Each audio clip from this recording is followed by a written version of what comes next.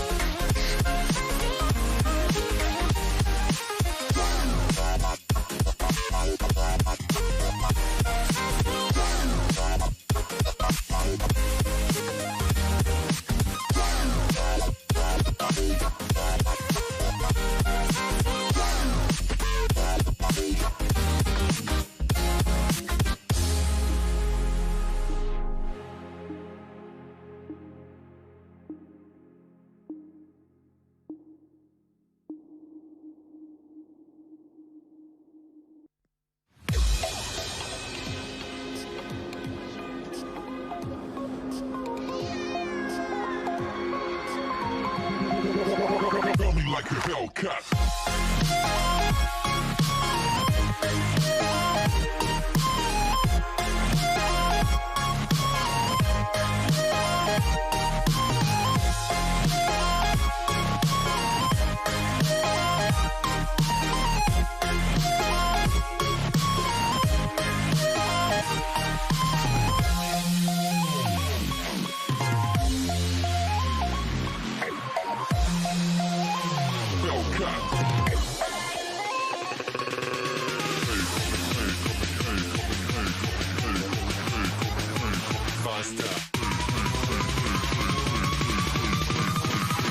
Coming like a Hellcat.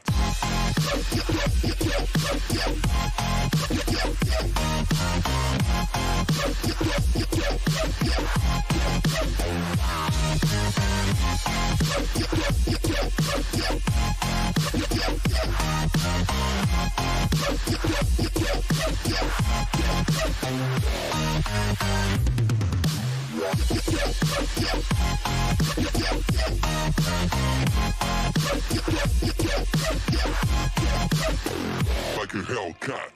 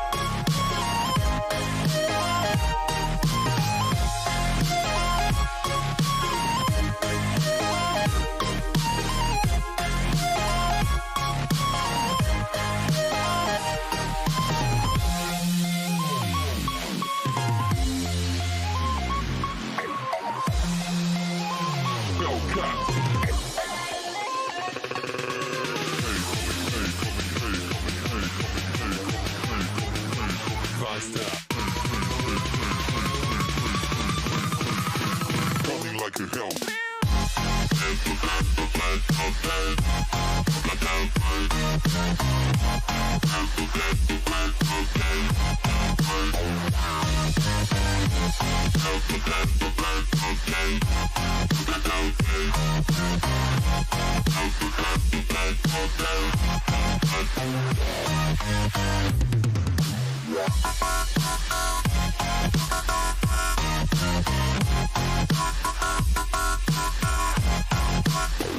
Like a Hellcat.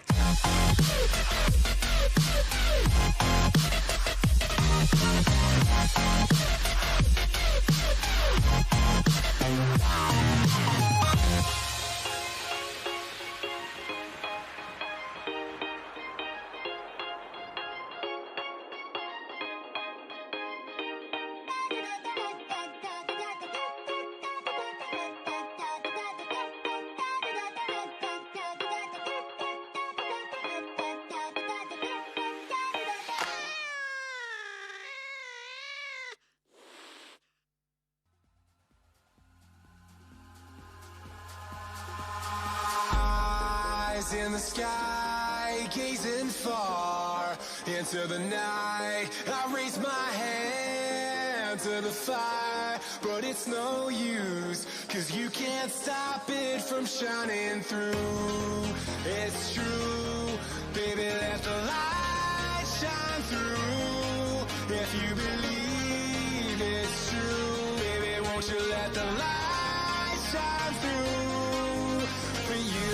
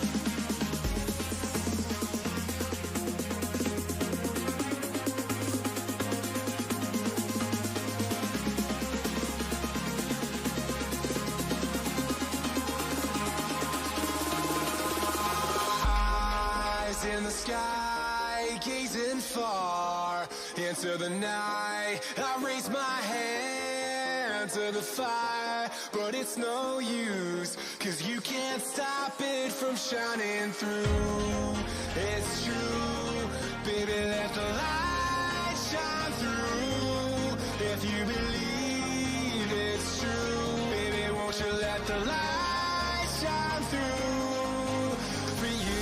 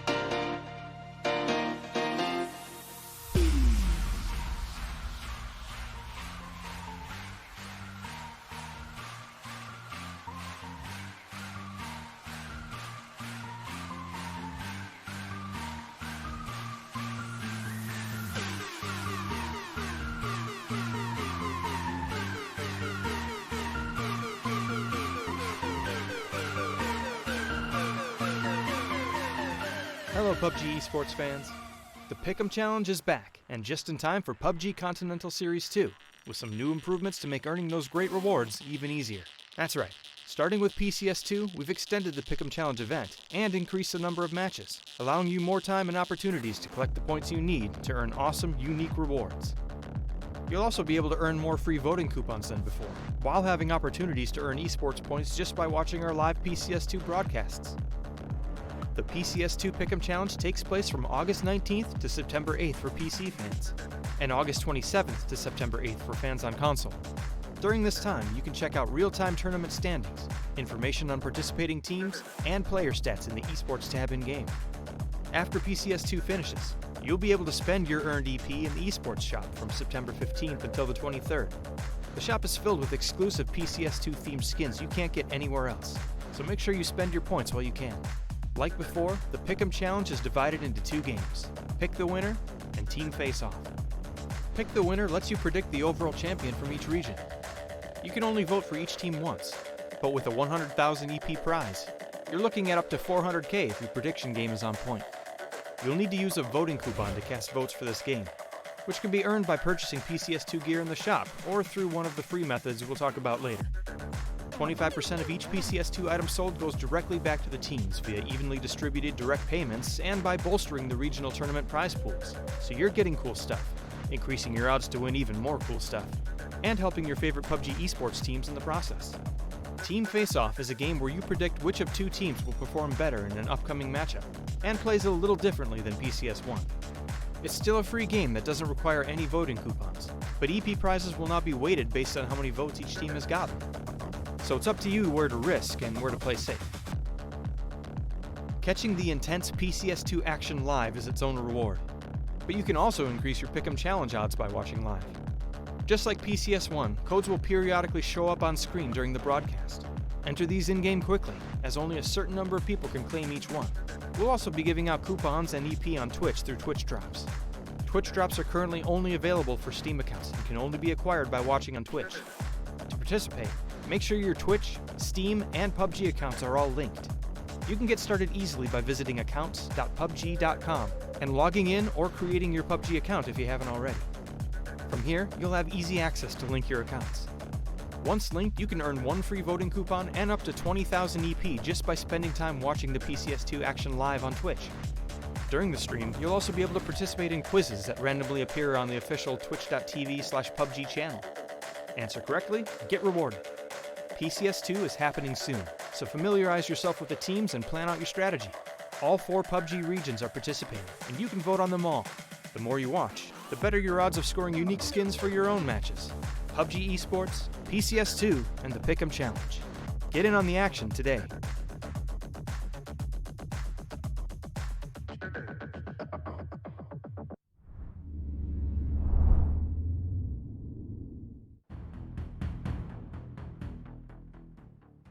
Was ist denn, wenn ihr einfach rechts committet? Kann einfach liegen oder nicht? Aber es gibt. Einer Knock vor dir, René? Da ist In der einer. Kuhle? Noch einer Hier Knock, bei 2 Kuhle? Knock.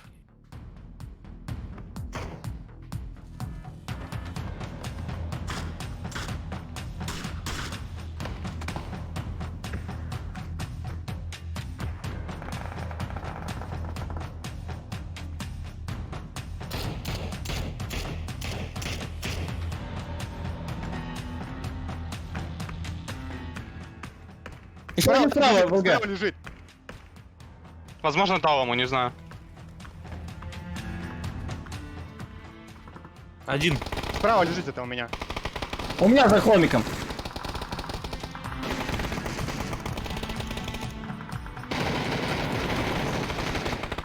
Ich lieg von hinten. Nice, nice, nice. Dieser bei dem Knock von mir. Komm zu mir, komm zu mir, komm zu mir, komm zu mir. Назад, Все, назад. убили. Назад. Еще один ТСК бежит. Сзади ТСМ. Хайра, хайра. Флэш даю, мал.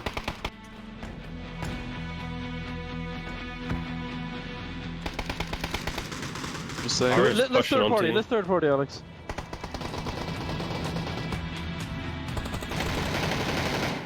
У меня нет хила, мне помощь.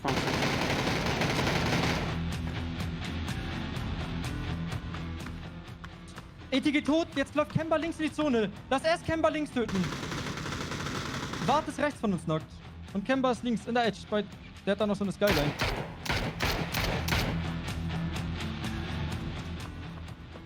Один в один ты, по-моему. Перед тобой лежит. МБ флеш хану. Двое. Yeah. It's right Let's over you, go Justin. with me, go with me.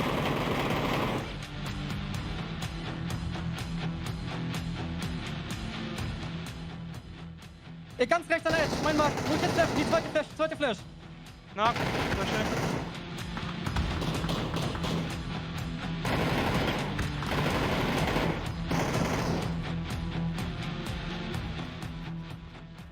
Ich komme in der Smoke hinten. In the smokes.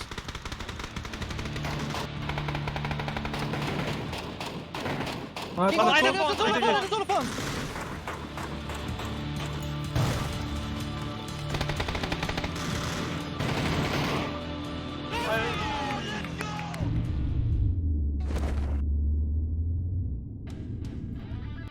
Hello, ladies and gentlemen, and a warm welcome. We are back for PCS2 Europe as we're going to get into things. And we have a very exciting day today because, of course, we yesterday had some great games and we're going to see how they're all going to go today. My name's Kyle Lars, and to my left-hand side, I have Martin as well as Toby here to join me for all of the breakdowns. Gentlemen, yesterday was good. Liquid's back on the horse, Martin. Maybe they'll continue that trend.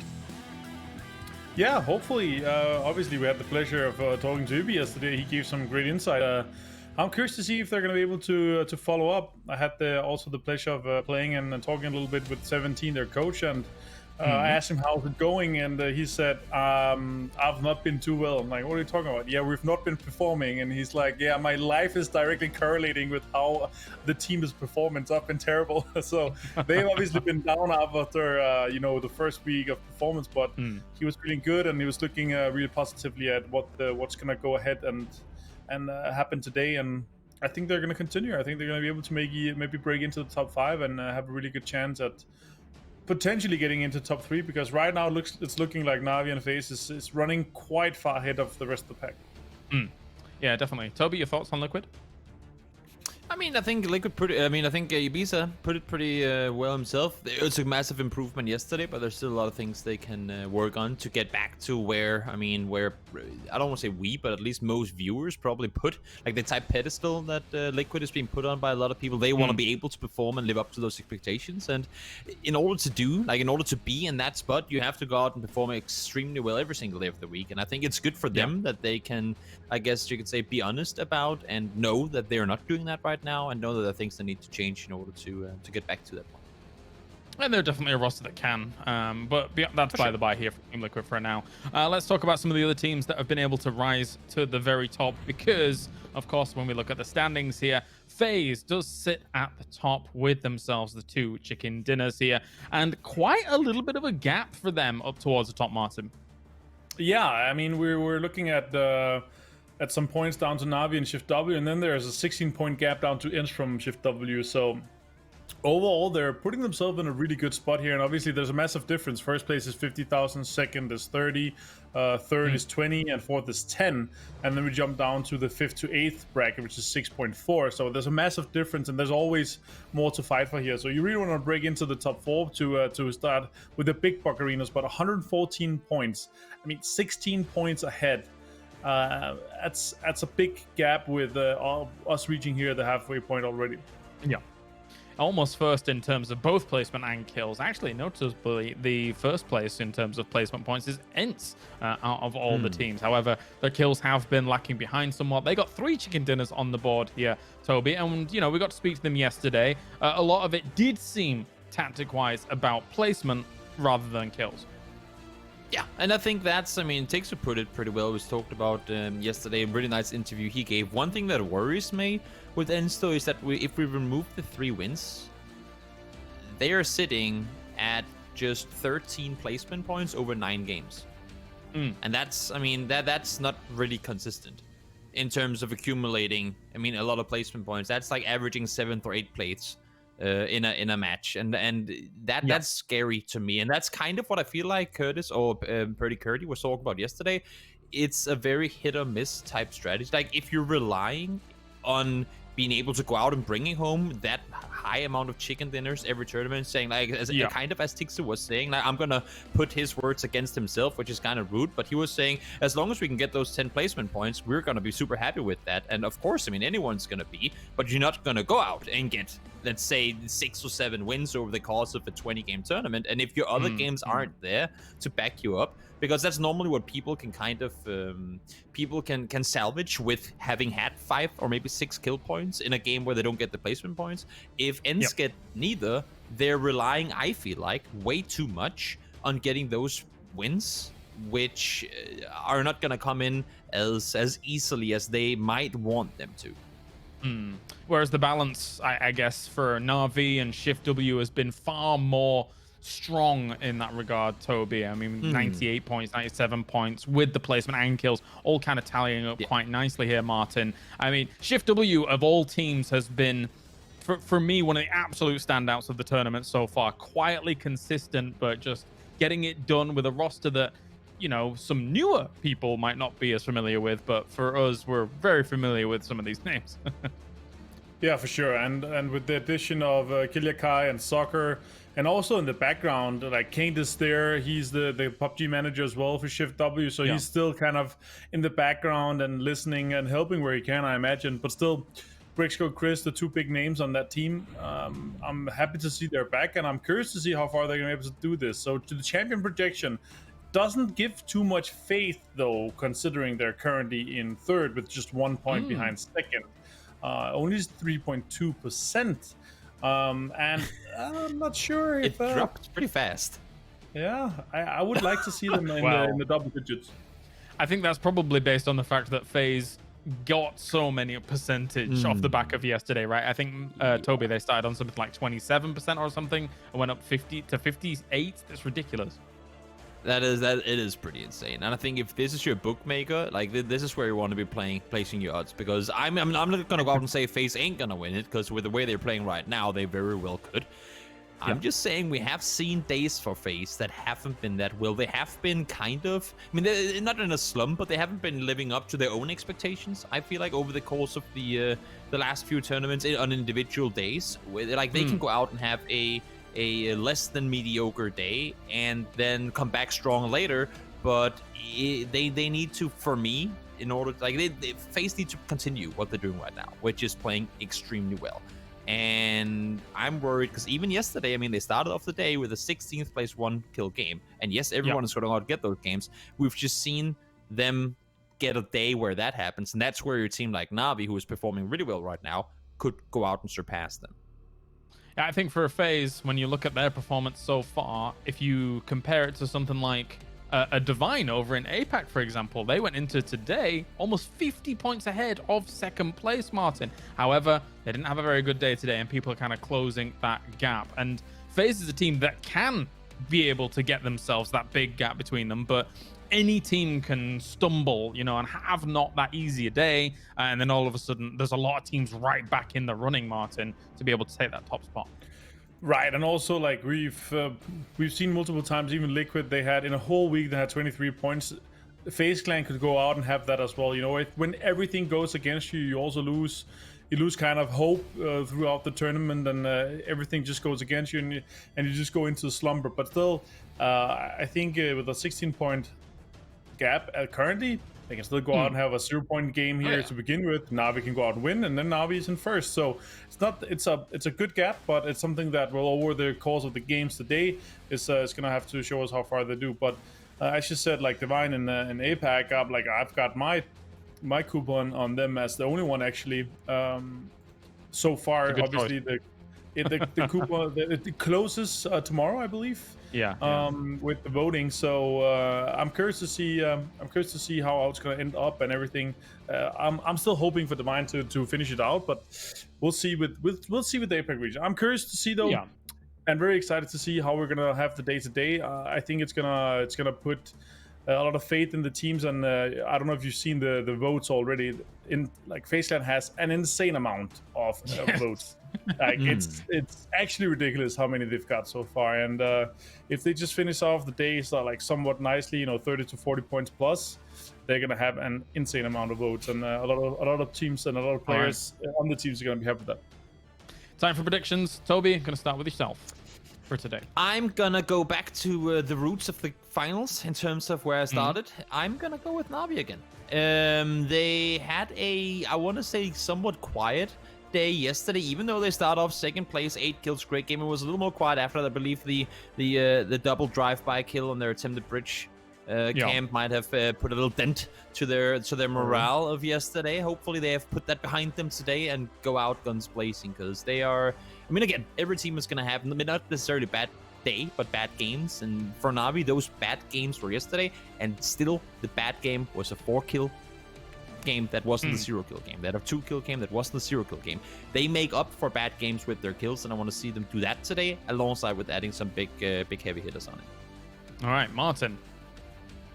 Yeah, so a team that had a very rough game and games yesterday in yesterday's game is Omicron. And I think they're gonna have they're gonna come back. I don't think they're gonna accept having such a rough weekend. So I think they're gonna be coming back very strong today. I think we're gonna see them fragging out a lot, and especially if they manage to start off strong, I think they're gonna be really popping off today. So Omicron is my choice for today, and I'm expecting to see them around the 30 plus point mark at least. All right, and my prediction, as you know, unfortunately the Tornado Energy time for predictions has passed. I was contemplating doing it for the next 3 years until they won, but that's not going to be the case anymore. I'm not going to do that. We're going to actually be a bit more serious for a moment. So it's going to be Liquid for today for me. As yesterday, I mean, yes, they did get themselves 2 wins, but even EB says that they didn't feel like they were doing too well. Now, if you're getting 2 wins and not feeling too well, you're going to go home and still grind out why it didn't go well and stuff like that. So if they're coming into today after getting those wins and not feeling great, maybe if they feel good today, it's going to be even better. So we'll see for Liquid. As we are 20 seconds out from the game, don't forget, at home, ladies and gentlemen, you can be involved as well, because the Pick'em Challenge is currently on, and if you bind your Twitch account to everything, you can actually get involved.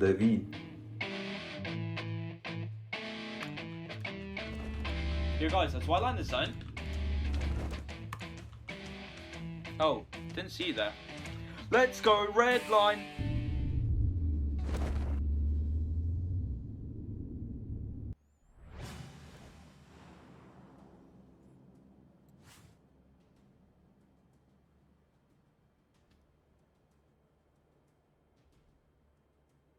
Always good to hear from the fans.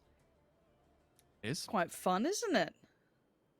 Feel sorry for the red line guy. It's always nice to see people chiming in, and long may it continue, but unfortunately they're not here. Poor guy. Michael let him down. Bad Michael. Bad Michael. How could you, Michael? Well, we are into it. Southeast to northwest. It is going to be Miramar to start off the day, of course, and, another one to follow. So plenty to be played for, and we've been looking towards the top, of course. I think it's an easy place to start. FaZe looking great. Na'Vi showing a brilliant performance thus far, but who else has stood out to you? I think so far it has to the turnaround of events that we saw when it comes to the side of the Northern Lights. Now, overall, standing-wise, it may not fully replicate that, but there are, and I suppose this actually goes hand in hand with Team Liquid, right? Things are now starting to move in the right direction. We saw yesterday a standout performance from Batulins, firing all cylinders, dragging himself up to the top of the KD board. So up there with 22 and the best of them at the moment. To be honest, the whole board is just littered with Russian players. I think on damage done, out of the top 10, 8 players individually, like 5 out of the top 10 for kills. At the moment, this feels just like a Russian lobby. We spoke about it was over 20-odd, maybe even 25%. But so far, the CIS region is absolutely stomping, and this has been a telltale sign. Actually, I think for most of this year, right, it would be fair to look back all the way to the PCS charity event, and more people from that specific region have started to shine. Certain teams have started to stand out. Long may it continue, and long may the progress go, because I tell you what, still for me, Tornado Energy and Northern Lights, they are a shadow of what we've been seeing thus far throughout the competitions, and they have a lot of work to do in this lobby. So I think it's a really interesting topic to discuss as well, and it's something that I guess we haven't had much time to in PUBG specifically. Is mostly single nationality based teams have communication being a little bit more comfortable. A lot of PUBG teams are a bit of a mixture. You'll have, several different regions coming together, and most of them speak very good English, don't get me wrong. But in most other games out there right now, especially FPS games, you're going to have, your Finnish team, your Russian team, your, these sort of Swedish team, wherever you want to look. So I do wonder if communication does become a little bit more of a pivotal factor, especially as we've said, the rise of the CIS region has provided some incredibly good teams, like unfathomably good. But then bear in mind, obviously, I think the big thing for me is that it's not just the top end. I think we're used to seeing, like, I'd say Northern Lights and Na'Vi towards the top end. But I don't think there's any slouches now in the CIS region. Every team's a little dangerous. Like, I look at Tornado Energy, for example. A 13th place is, it's the sleeping lion. Once they wake up, they're going to be very deadly and pretty hungry, but they've been quite quiet thus far. But we all know what they can do on a good day. So it will be curious to see how it kind of continues. And, obviously a couple of other regions having some standout teams. I'm looking towards Turkey having a few as well. Some of the Turkish players showing some real firepower in it, not just being a kind of lobby fill, but definitely a very viable team and a dangerous team at that as well. So I'm interested to see which regions really rise to the top. I think we are still seeing the CIS era, as you said, to kind of kick off this year at least, and it seemed to continue. But we say this with FaZe sitting in first place. So obviously well aware that, beyond that, though, I look at the teams below them, you've got all region locked teams as such. ENCE is up there, Na'Vi up there, of course. Shift W, I think, are all German, right? I want to say so. I believe so. I know they were speaking German at least. Two are Austrian, excuse me. 2 are German, 2 are Austrian. All very good at their German. So they speak German together. So clearly on those clips coming into this as we were watching the lovely little kind of pre-show piece. So I do wonder if it ever does shift that way, if it does become more region-based for communication, because PUBG, there's not much else like it when it comes to communication, right? It's a whole conversation. It's not just, very simple calls. There's a lot to be said. So it does, raise an eyebrow for me. But for now, we do see Liquid on the move nice and early, kind of as per. Nothing too surprising. A little bit of a northeastern circle. Shouldn't be too hard for anyone kind of east of San Martin, kind of basically where TSM is now, if you are keeping track. Wow, okay, hold on, Wes. How the hell did Mexi just lose his life there? That's a belter of a shot. I think it was from the SKS as well, would suggest that it's come through from that specific gun and that specific player. I didn't quite catch it myself. I was looking at something else at the time, but certainly caught the SKS kill. So if that has straight come out through the car, with the... If he's nailed him with a holographic, that's just one of those that you've just got to take it and say fair play. It's a wild and windy shot and it's found its target. Can you? No, absolutely not. Especially when you if you're doing it with a close combat scope, like right. It's like those ones where you just take the Kar 98. There's a car driving by in the distance. You know what? We'll just lean it and take a shot, and then 30 seconds later you get the kill. It's like, oh well, there we go then. That happened. Yep. It'd be interesting to see how many of these moments happen. And I feel for Liquid, obviously, rotation route now feeling less viable. I mean, they barely left Picardo. They were just east of it. So it's not like they could have done much else. What, you go north through Northern Lights and TS? There was no easier route. So I guess credit then just goes to Blaze hitting a really good shot. But a player down, never nice to begin with. And they were a team that could have potentially fought for a quite central position, maybe a little bit further south on the circle, of course. But their moving early does open up that viability. In the north, though, Na'Vi. Comfy route in near the bystanders. They, again, when I look at Na'Vi, I don't expect early game fighting, really, but Tornado Energy could pose a problem to them. I recall not too long ago, Tornado Energy and who else was it? Oh, there was another team that constantly was a nuisance to them, so I'm interested to see, oh, hello, if they have clean entry paths. And I also want to point out, I've been seeing some clips.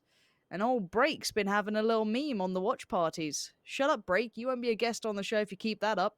All right? Mind yourself.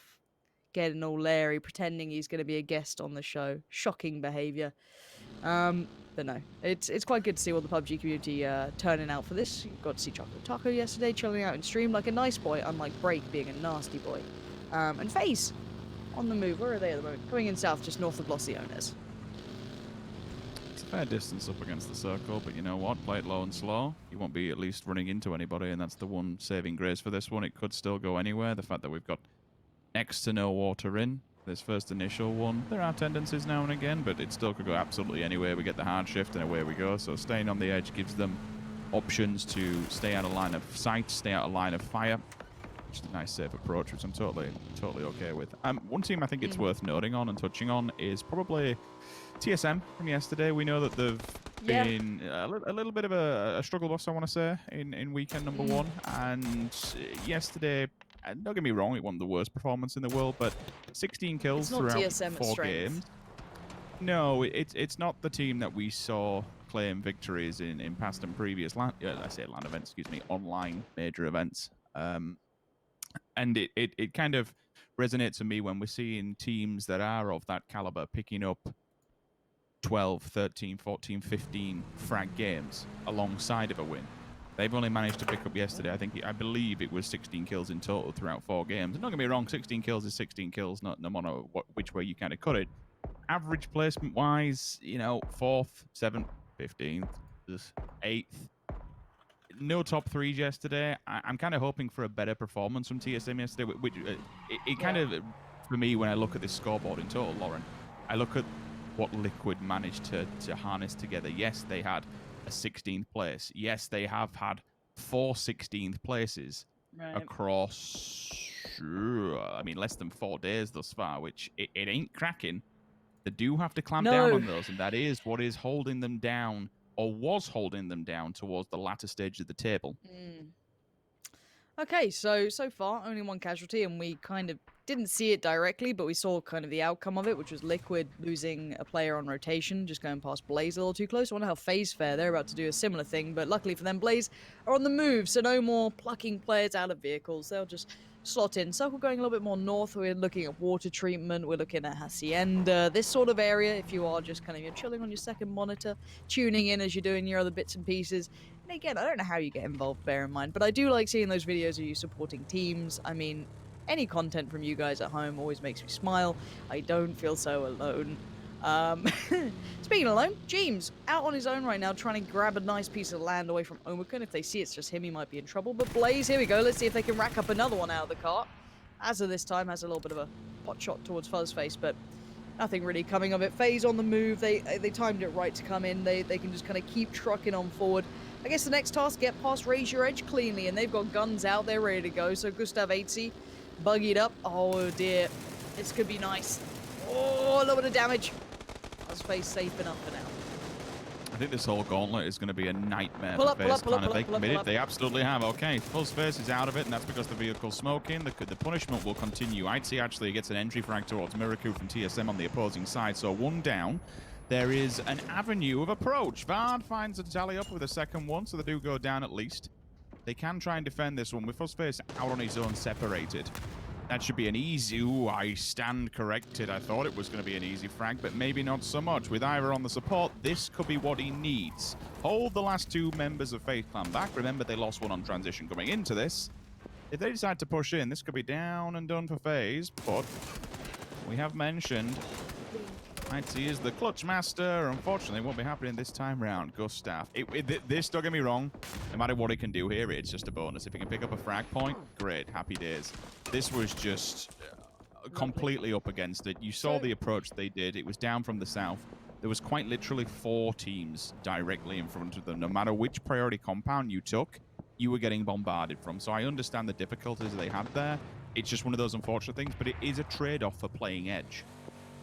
Yeah, and I also do wonder how much of that was a necessity of a pull-up there, just considering they just lost a player on the way in. I think Fuzzface was really tagged up, so I think they just kind of had to go for it. And sadly for them, they just kind of lost out on every single fight. Well played to TSM. Did they get a player flushed? I am only seeing 3 alive for them, so I wonder if they're down to 3 themselves. If that's the case, a little bit of a shame for them. As said, it'd be nice to see them going late game with 4, but...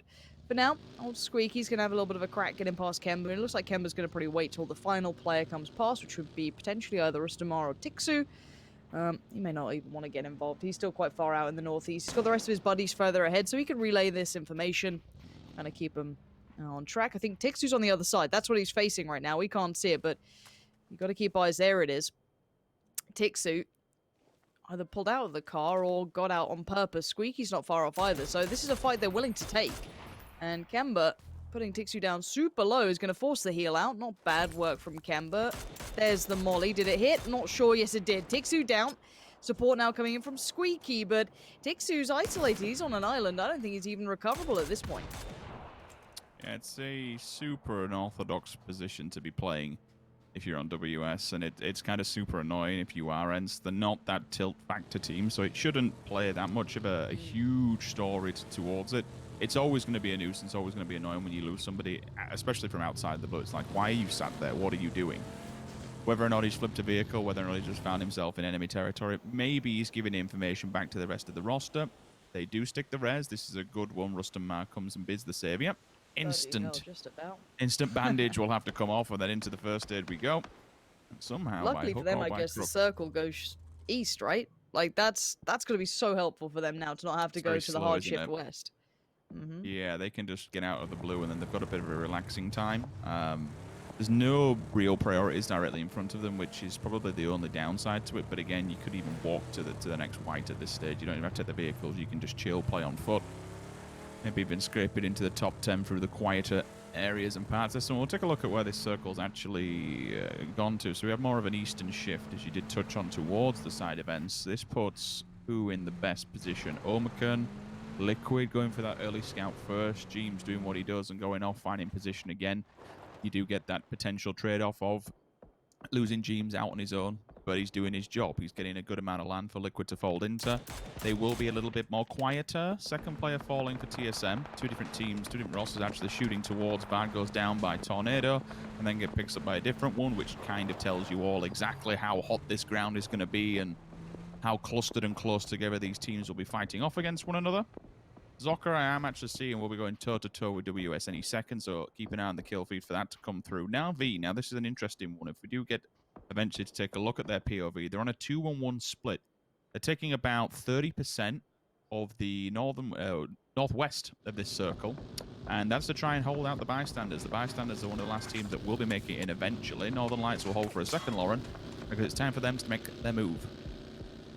And honestly, it's very lucky for bystanders because of this. Because of seeing this, Senya's just pulled up to the other two. So they've gone into a bit of a closer 2-2 split. You can see the other kind of extent of that. But this removes the area where Na'Vi was split towards. So bystanders have slotting quite nicely. And as I said, it's one of those fortunate events that's actually allowed them to do so without the potential fight against a two-man split from Na'Vi. So Northern Lights scouting very well to this position. Nice little pickup for them. Liquid are down to 2, but they're in a good spot. I don't know if they can hold this compound by themselves. That's a great deal of territory to be holding, and I guess with Northern Lights only with 3, and, you know, no one's going to be crashing that, I don't think, as TSM also got taken down quite low to just 2 players, so no one's really in a position to do it. I like the way Batulins is also hung back a little there. I love that. It's just securing that no one's going to come back, look towards the west, ensuring no one's behind them. They can purely focus on the area around. They don't have to be too worried. And he can hold this. It gives them a bit of land. It gives them a bit of territory to play with. And the circle, it's going to be a 50-50 kind of. We'll call it that for now. But east and west divide. So the Tracer Fire will come through for the Northern Lights, and this now comes down to good scouting. I can already see Liquid, and you guys will be able to see in the map too, there are bullets coming out of that compound towards Northern Lights, and that will be, if anything, trickery. Try and just peacock them away. You called it, how they are a two-man band at the moment. To try and defend a full roster of Northern Lights would be extremely difficult. Yes, you might be able to get one knocked onto a position, maybe 2, but then you have to deal with them at the doors. Batulin should regroup with the rest of the roster at this point. They don't have to go for that compound. Let's just kind of also take stock of that. There is no real reason to push it yet, but Liquid's position is noted, and if people do realize that they're down in numbers, which they should be at this level of game, you need to keep track of everything that's going on across the battlefield. Raise your edge and That's blaze. something you can maybe try and play into. 1, 2, thank you. The rest of them will do and pull up to this one. They have committed to the cause. The question is, will any more go down? With 2 of them bleeding out the wayside, that should be 2 easy kills. They're actually focusing away from that, and I'm okay with this. With Apocalypse going up high, he wants to get stuck and get involved, but there is an instant response, and he runs away with his tail between his legs. I don't want none of this. 2 of my teammates are dead. Yeah, it's gone a little bit hectic down there, hasn't it? Razor Edge trying to pull up. You saw a doozy kind of peeling away from it, but that just only opened up the gateway for Fex. Nicely played to Fex, considering he's a bit of a solo. He does have Iroh with him, but Iroh is way disconnected. This is towards the east side, the almost southeast. You've got Shift W working in a little bit, and they have lost out on Zoka. He was the one who was a little bit isolated, again, a little bit split off. So if Praxico can get the smokes up, if he feels like he needs to, they can get the res. I don't think WS is that fast. They're the ones who might have line of sight, but I think there's a hillside between them. Right. Tornado Energy on the way in, so a Na'Vi. Already you're seeing Omikron doing well, and they're the ones primed in great position. They probably have the best position on the circle, especially with the 4 players. They can really control the compound, spread out a little bit, and start getting a little bit feisty. Chris going to be taking a bit of a slap of damage, so the vests, the helmet's looking a little bit worse for wear, burning through those meds, those things you'd love to keep late game. And here's old Iroh, pulling up in what looks like a very functional buggy, and just going to join up with Fex. So just about everyone making it in, barring Tab. I think he's the last one in for Na'Vi. So Na'Vi focusing towards Northern Lights, it seems. Lovely little nade to start off affairs if they want to push this. Senya, though, without a helmet, just clocked that. That could be a problem. He probably doesn't want to peek the ridgeline first, but ideally get a knock with a nade and then go off it. Well, a little too far to the right. Close, though. Yeah, it was a damn good effort. It's going to be a response as well, so see if anything does come through. Navi now has eyes on the prize for 2 different rosters, so they don't want to get over confident and maybe try and push something onto one and get folded on and collapsed by another. The nade bombardment will continue through. Utility being basically just burnt through either roster. Batulin's still up high to maybe try and see something, but he's been tagged up from a different angle altogether. Oh wow, they are. This is just going to be a mad dash of CIS players beating the living hell out of one another. First victim will fall. It's going to be Batulins, then followed by the Deep. As Tornado Energy finally arrived to the party, Na'Vi have seen this, and it might be time to kind of just stick their heads in at the moment, see how this one unfolds, and then get involved when there's a few more knocks go down. If you can take advantage of a team being down but not out, this is the way to try and win this through, especially with the smokes going down. You know that all that utility is going to be wasted. If it can be done for all for naught, then happy days. If not, it also looks like Na'Vi actually lost one on the way through of that. So damage to both of these. Tornado in the perfect in the perfect position. Yeah, they certainly are, and that goes beyond even just the immediate effect. They have no threats from the southeast, which is their backs, so they can purely focus on what's in front of them. They're using Melman as their anchor point. He's a little bit detached, but ensuring no one flanks. Na'Vi need to get past this team. Now, Liquid are getting a little bit enticed by the prospect of this, but they haven't fully pushed it. They've nabbed a point, which is great. They get the knock on the other. I don't know if they'll get the flush. That'll probably go Na'Vi's way because they're super close to it. But Liquid showing they're around. They're showing, hey, we're still about this one, but look at the bystanders getting involved as well. They've seen weakness, they've seen blood in the water, and Na'Vi now have to turn attention. They see Beamy, they hear the cars, they hear the players. They're going to be on red alert. See him pulling up. Senya, call to be made. They're playing this cautiously. They don't know that Tornado Energy backed away. But the one player who stuck around is Spyro, the last standing bastion for the Northern Lights. So if he can find a moment to strike, he'll be right there. But this is bold play from the bystanders, and there's Spyro.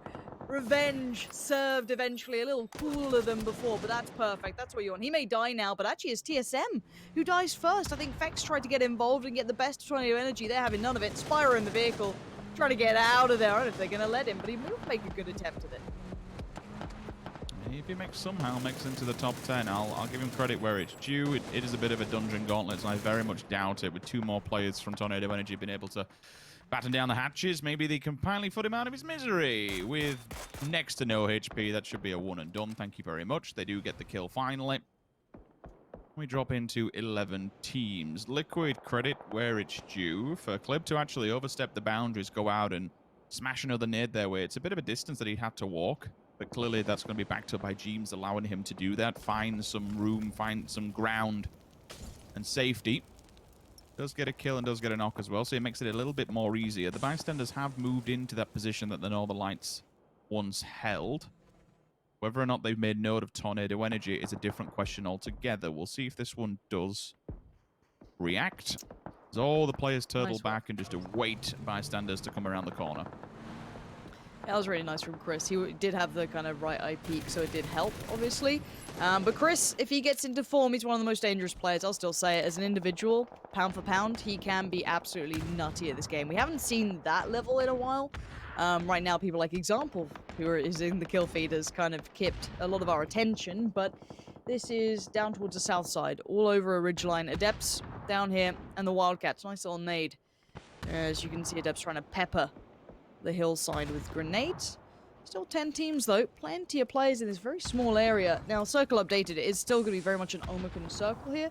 They hold the best territory. Liquid still have a little piece of the pie, so they're not too upset either. But Adepts trying to work their way forward. Now, the problem is, yes, they have the players up, and they might be able to kind of, wrangle something together. But look at the little defilade the Wildcats can use. That little bit of a break in between the ridgeline there. They can run right up that and kind of keep Adepts humble. They can't push it. So that's going to be an interesting one. Now, let's see what Tornado Energy are up to. They're about to try and cross this road. So I don't know how open they'll be to potentially the Bystanders, Liquid, Blaze, but they're giving it a go, and it looks like the Wildcats on the counter push. Need to hold it, because if they do get across from here, that's a nice footing to be taking control of. Death from below, though. Tundo, 1, 2, 3, and it's 4. Philo falls through as well, so the Wildcats get absolutely demolished. Nice cheeky little low flank. Definitely were not keeping a track of him. James, Liquid, Clip, you've all got to look this way, boys, because all of a sudden you have a full team inside your compound, and now things are about to get dicey. This is the fight of your life. Only one team will make it out of this compound unless everyone just decides to turtle in. But I very much doubt Liquid, being that team they are, they want to share this. If they can get an initial knock, then expect the push to go through. They don't have to rush in yet, but they can just force them out of here, especially with the garage on the opposing side without a roof on it. If you could just land a banger of a nade up through there. Beamer going down could have been the catalyst, but it does not connect in full. Omicron on the push. I like this. Omicron being very proactive. They're leaving T-Bone back as, again, their anchor point. One player out. The hit squad of 3.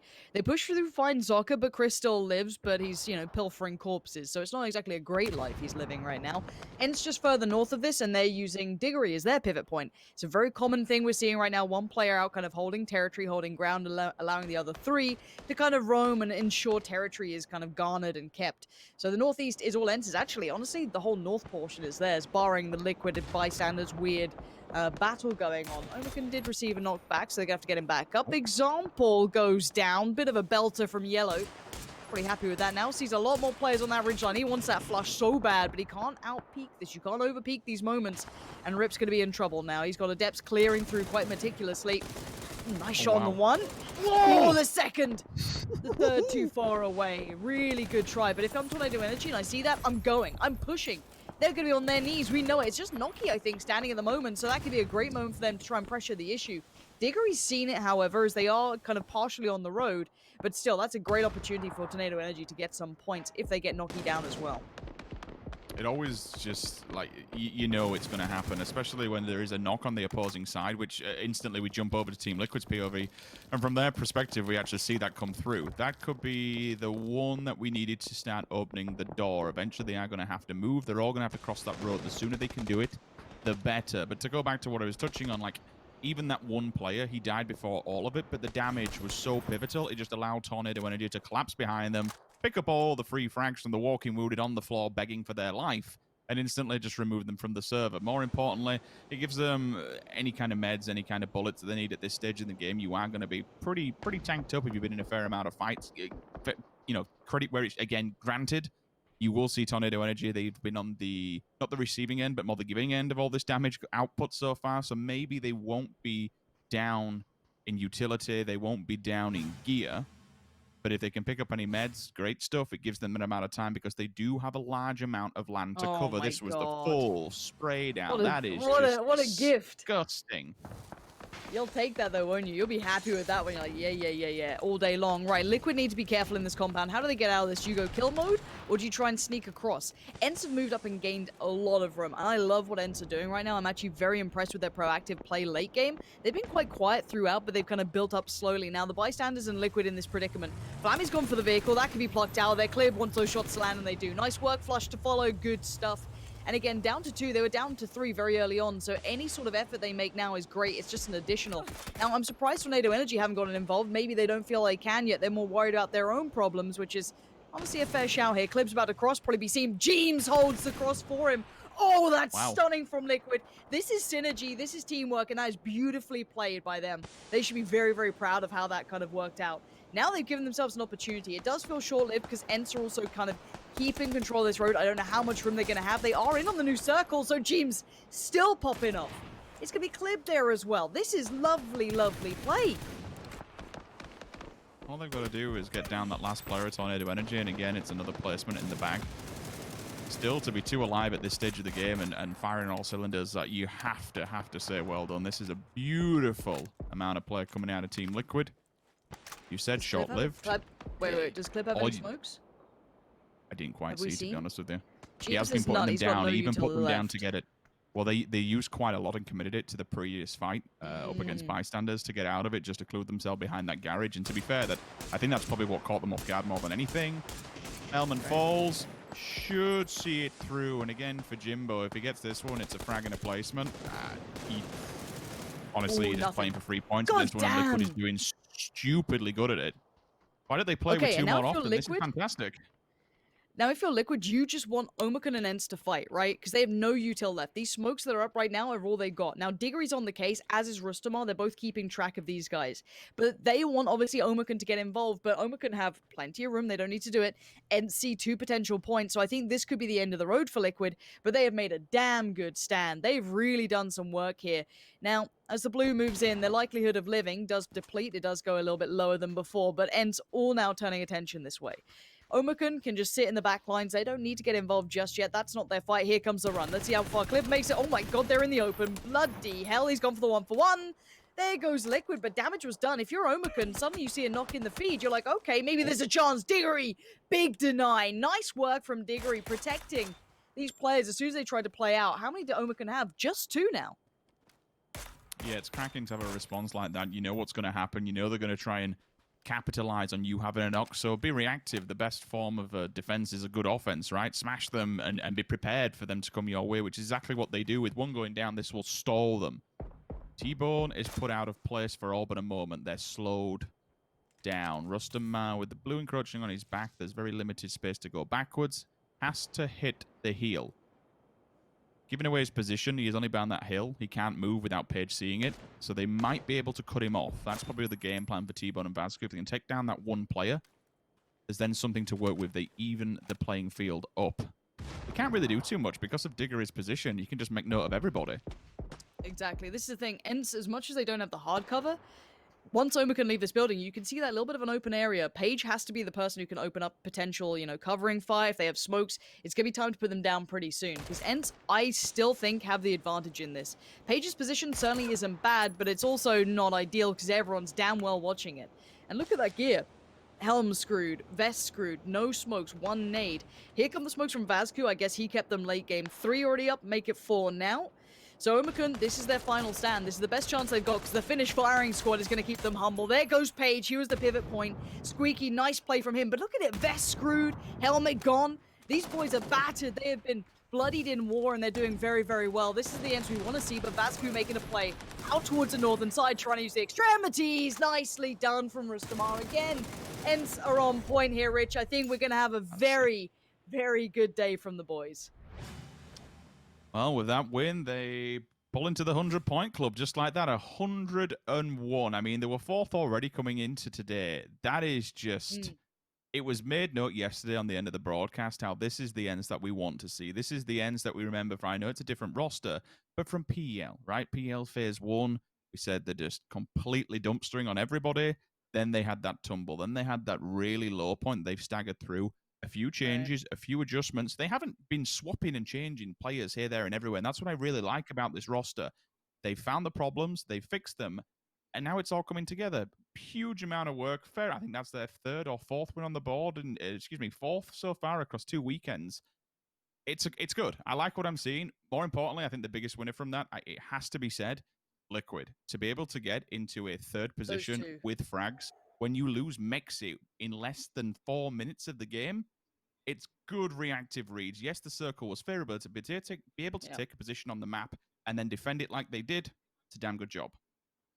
Yeah, certainly a lot to take away there. And to break it all down for you, the boys on the desk. That's right. Ents get themselves a win as well as a boatload of kills as well. As if they needed any more wins. Bye, Floof. See you later. Okay, so yeah, great stuff. I thought she was going to start barking for a moment, but she just decided to toddle off. So that's nice. Yes, we have Ents with another win, boys. They now have 4 wins, Toby. That's ridiculous. Yeah, and Toby's not muted, so I guess I'll talk instead. Oh, but overall, Toby. yeah, fantastic for Ents to have four wins already, and they're in the 100-point club at this point. But still, like with 4 wins, I would like to see them a bit further ahead. I would like to see them already contesting for a first spot. Yeah, of course, if they can continue this, it'd be amazing. And with this, they could end up around somewhere around 7, maybe 8 wins if they continue this this kind of trajectory here. Yeah, don't worry, Toby. I've done it as well many times. Is he back? I heard him just before. I think I'm back. Can you hear me? Hello? Yeah, Yeah, we hear. Yeah. Oh, you can hear me. Thank you. I mean, I think this game sorry, I have no idea what just happened. Ents played a really smart early game, I think, and that's what's really stood out to me. Oh my god, that's great of him to do. They did make it pretty easy for him too. But their idea of rotating up to the northeast was super smart. To me, that was because of the plane path. The plane path goes from southeast all the way up towards the Copraria to the northwest, so they know the northeast is going to be open.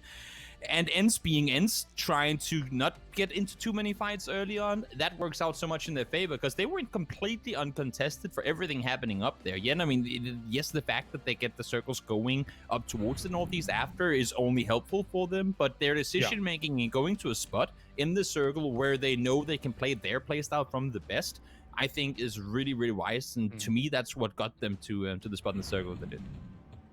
1st through 8th here as well. We have 20 points coming in for Ents up towards the top. Tornado Energy. I don't pick them, and then all of a sudden they do. 15 points coming in for Tornado Energy. 11 kills, Martin, on the board for them. They were fragging out today.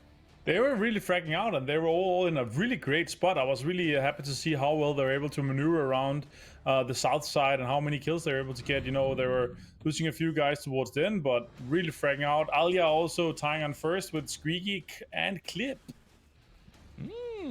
Not too bad indeed here. Now, this kind of goes a little bit against what we were even saying about Ents at the end of the day, right? I mean, as much as we were saying that this is the Ents we want to see here, Toby, them getting a first place and 10 kills off the back of it, it does feel like the survival until the later stages for them is working out in spades. And then when it comes to that, they might get the 4 kills, they might get 10 kills.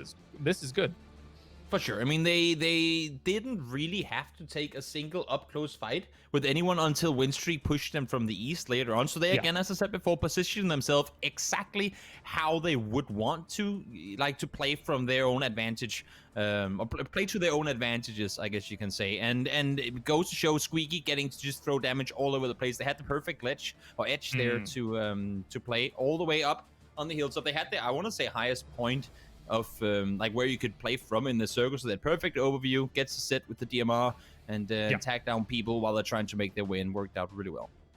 And don't forget, as you can be involved at home as well, you can use the hashtag PCS2Fan. We actually already saw some of them at the beginning of that game, but you can be featured on the broadcast. So basically, use the hashtag, record a video of you cheering for your favorite team here in EU, and then you might be featured in the broadcast as well. Make sure to use the hashtag, and you can use it across any of these platforms, and you can join us along for the ride as well. We're going to go for a short break, ladies and gentlemen, and when we return, we have our second game of Miramar for the day. Don't go anywhere.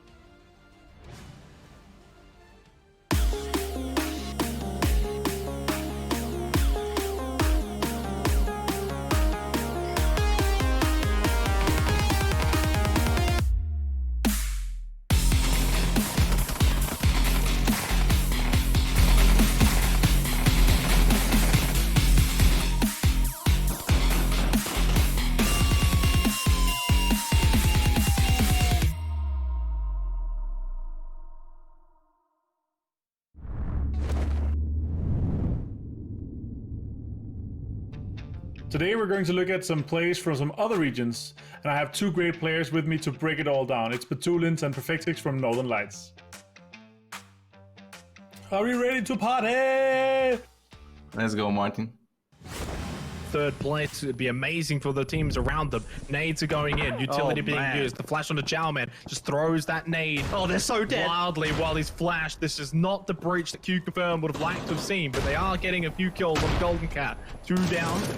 But also Gems has losing killed a couple himself. for themselves as well. Gems will be taking himself And out. knocked Jowman. Tanoi knocked down inside of the shack. Svit and Jayers now in a 2 versus 1. What is going on? What? Jayers has just finished off his teammate. Oh, that is such a rough compound to breach, actually. I mean, the Alamo there, but smoking yourself and then molotoving yourself, and like that can be some unfortunate times often. Like when you guys breach, what do you guys try to focus on when you breach like compound like this? Do you try to focus on like who takes where and like holding the corners, or where do you kind of play around a small compound or a small house like that? I feel like PUBG makes a really great decision to make more the utility usage like more important in PUBG, and I feel really cool with that because from the beginning of my from the beginning I started playing PUBG competitively. I always was using grenades, and now I can take Molotov, flashbang, grenade, and it's just nice, and I think it's good to watch. I love when the teams are really good at using utility. All right, let's take a look at the next one. Starting to extend out of that compound as Jazza and Keenan try to get another angle onto this. All of these teams are not in the zone, and they've got 20 seconds until the blue starts to move, so the quicker that they can pull this off, the better, as immediately Hardshift start to lose players left and right. Wildcard's actually doing a lot here. Shoot to kill trying to pick this up, but there we go. Hardshift is eliminated. Luke 12 down to 13 HP, and immediately are being taken on, by Wildcard, who are also getting shot at by Sonics. Oh, wait a second, the spray! 2 down, that's huge. Wildcard is gonna fall. Taking out Keenan and Jazz's. Uncivil got that knock as well, but immediately Sharp Shot taken down as well. Oh, that was a pretty nice defend, honestly. Like, they tried to third-party them while they were fighting, but they were so fast at finishing the fight, and there was already one protecting that angle, basically, because they knew that they had another team there. That was actually really well played by Purdy Curdy. What do you think, Batulins?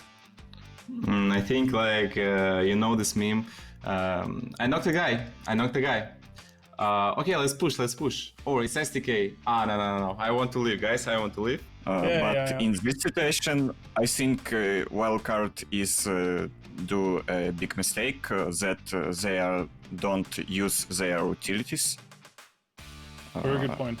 And then they can just expose them. Yeah, I mean, with one flashbang, you could open up that whole side, right? And you can make sure you can get into a great spot there. All right, great insight, guys. Let's take a look at the next one. Ooh, a lot of damage here.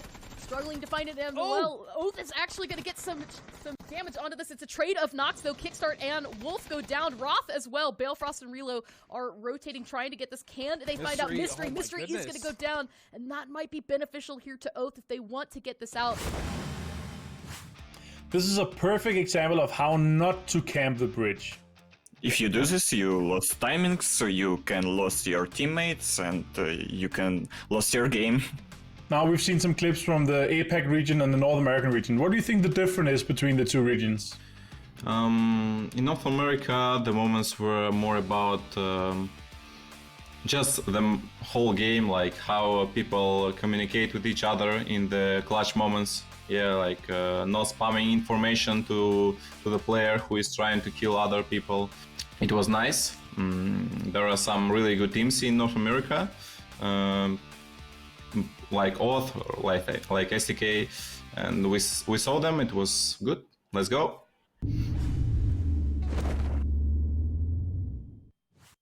Let's go. That's right. Thank you very much, Batulins, and thank you for look at this up and coming host in the middle. What a lad! Amazing. I like it. It was fantastic. Imagine if I was able to actually word myself proper when I was doing that. No, it was great. It was fun. It was really a good time talking with Perfectix and Batulins. They have some really great insight. We didn't show all of them, but these guys are thinking on a whole different level. Honestly, they're putting so much thought and effort into how they're playing. You also see it from this game here, they're able to get some good kills and some good rotations. I'm really curious to see and excited to see how these guys are going to be able to really go through the rest of the tournament. Definitely. I mean, especially considering Northern Lights, Toby, for us over the past couple of tournaments, not this one just yet, but the past couple, has been an absolute standout roster. So I would like to see them get back on the bike and back to the top.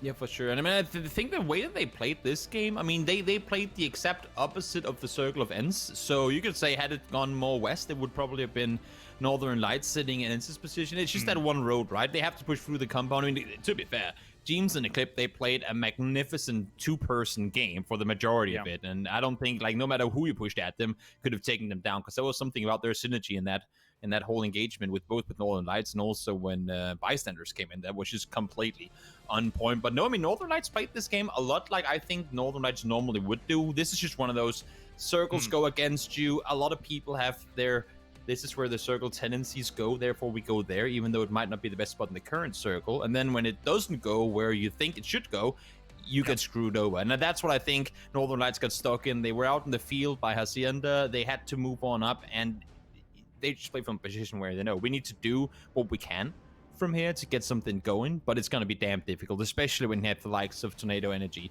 and other heavy-hitting shooters around you.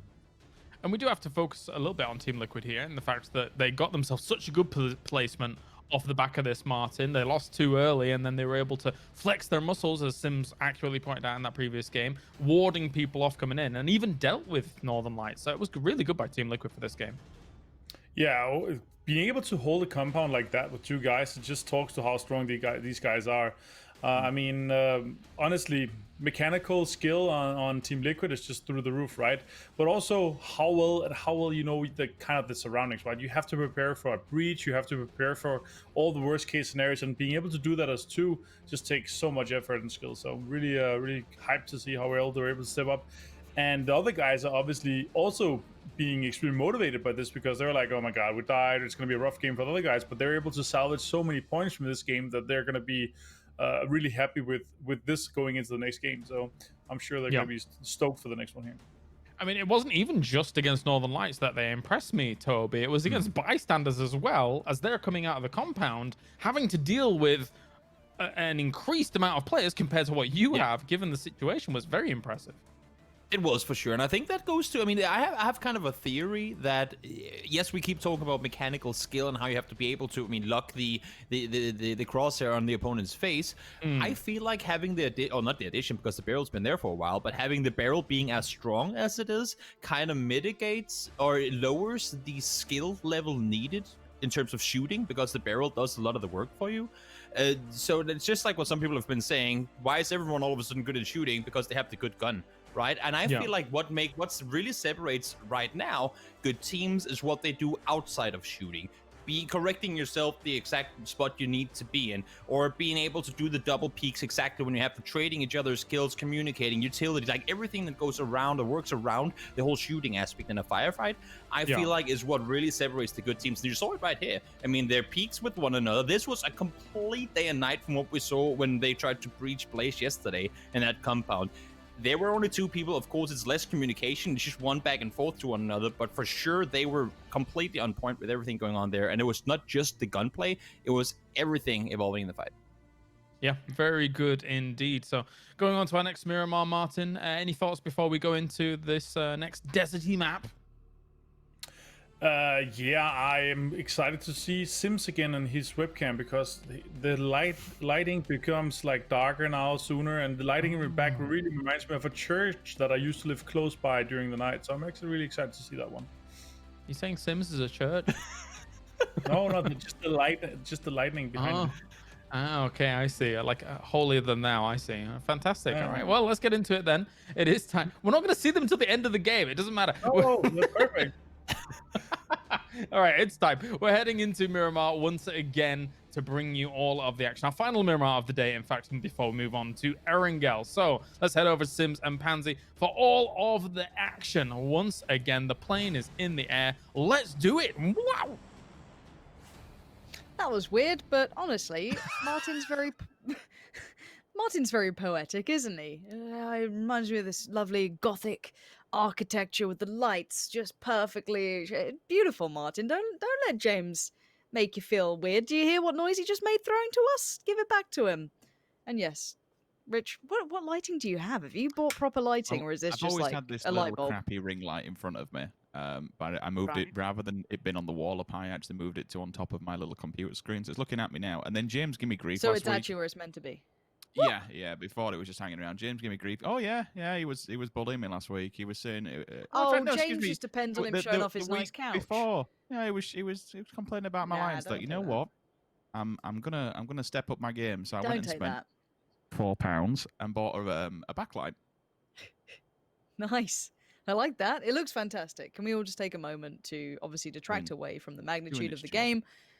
And yeah, I mean, look, don't let James bully you. He's got a nice apartment, and that's what he likes to show off now. All right, it's fine. We thoroughly enjoy it, James. You know, but you be nice to everyone. All right, we're having a good time here.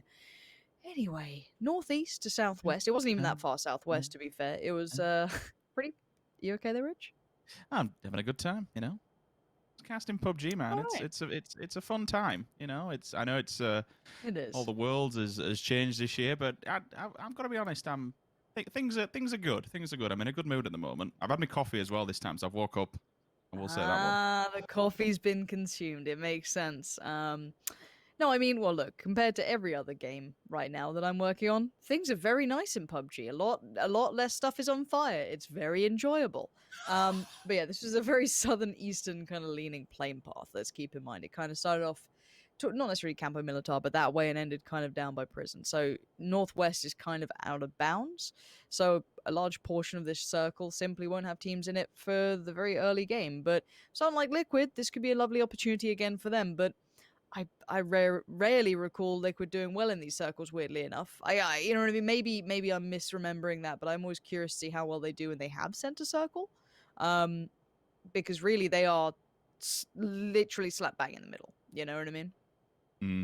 There's probably two focal points on this one that we need to make note of most. It's where Picado is and compared to everything, it's smack bang in the middle, right? And you have this, if you look towards the right-hand side, the right-hand side, you have La Bendita. Bring it in towards the middle. Go straight down over to the bottom side of Kumasera. Like, in the middle, below towards the south of Picado. It's a very, very strong suggestion that we could be having a circle around that area. We would need a bit of a hard shift, I would say, to go towards the north, which would give us, and probably encompass a tiny bit of San Martin. Not enough towards the side of the north to actually fit it in. Or, you know, in and around Power Grid. Just keep it simple. We get something around there. We either get it outside towards the left, towards the north of Power Grid, where it rolls down towards the hill, or the Power Grid itself. We haven't had one for a long time within Power Grid, actually physically, to we get the battles. They always seem to pull out and pull away. So I would say maybe this time round you see Liquid stay their feet a little bit longer than what they normally do. Maybe you have one player who goes off and just finds a really good compound. It's also one of those positions where you can play split here. The dangerous part of playing split is that everyone else will be looking early for a position in the middle of the map. I very much doubt that people would play edge, given that you have Los Leones to the south, and then the backside of San Martin at the north. This to me is one of those where the IGL says, right, it's going to bomb somewhere central. Let's go grab a nice, you know, piece of the pie here, because this is going to be very, very dicey. All right, let's see what people do. Let's see the decisions they make. I'm always, I always love the way we can kind of tell the IGLs apart as to who plays the percentages on a regular basis, who's more, you know, a little bit more mid-game calling. And again, to me, so for example, you know, I loved seeing what Liquid did in that last game. Those two players then, that's beautiful, just kind of mid-game calling, just feeling the game between each other, probably having the IGL maybe giving some overall calls, but just kind of working as a collective it's very nice to see in this. And it feels like we don't get those opportunities often, because teams are so good. They don't allow you to get away with, you know, individual play anymore. I think people don't realize how punishing these lobbies are. You can't do anything wrong. I mean, these people will bang shots on you no matter where you are. I mean, look at Liquid. They lost that player so early on. There's nothing you could have done different, really. For now, though, BSD was potentially in a little bit of a spot of bother, but no, they've made it to a safe enough position. And it looks like we're going to see that road that leads west out of Los Leones, the kind of, if you imagine, so, you know, in your mind's eye, whatever that may be, in your imagination, the west road coming out of Los Leones, the north and south of it, looks like where most of the teams who have the opportunity to go for centralized positions have kind of lent towards that. So ETG, Tornado Energy, the Wildcats, FaZe, Omakan's still in their loot spot, but they're not far away. So this is some of those very early teams, and Liquid are trying to work towards it too. So this is where teams are mostly kind of, you know, tail on the donkey. This is the donkey, not example or. How do we say his name? Whiff? Whiff? I've been going. How we decide to say this? Hith. Youth. Yeah, someone could maybe Youth. Youth. That's what I've gone with at least. It makes me get like Heathcliff in my head, and I think of who was it? Kate Bush, Wuthering Heights. Look, my mind really does jump around a lot. I can't help myself. But we do see a little bit of a pull up and a little bit of a fight for this. Bear in mind that ETG aren't fully committed. They've kept Code Marco and Thunder a little bit further detached, but they're pushing in. That's a little bold here. Tornado Energy flashed up, beautiful flash, but doesn't check the corner. That's going to pay off massively, because now when the second player comes through, called it's clear, they die. So ETG, a little bit of a miscommunication or just nice trigger discipline, whichever way you want to look at it, are going to lose out on a player here. I'm pretty sure the flush is going to come in unless a miracle happens. And Batulin's down early on. That's not good for Northern Lights. Obviously, a bit of a commander in the field. The man does lead by example. So him gone early, bit of a shame. You'd have to assume, been on his own like that with two members of TSM, that he was pre-scouting to try and get a decent piece of the pie that we've been speaking about. It is starting to get a bit dicey in the middle. There's going to be a couple of scuffles which do go down, and I can actually see on my map that TSM and Northern Lights are pretty close to one another. It may have even been just a transitional point at this point to give them a springboard, a pre-scout, take a look what's going through. Forever finally finished off. It's disappointing that nothing came off the back of that flashbang, because it was almost picture perfect. Arms up in the air, nothing to do.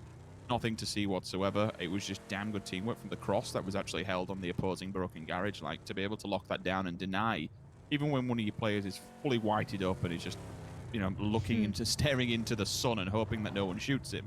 To have your teammate to be able to hold cover like that, one get away and then the other one go down instantly.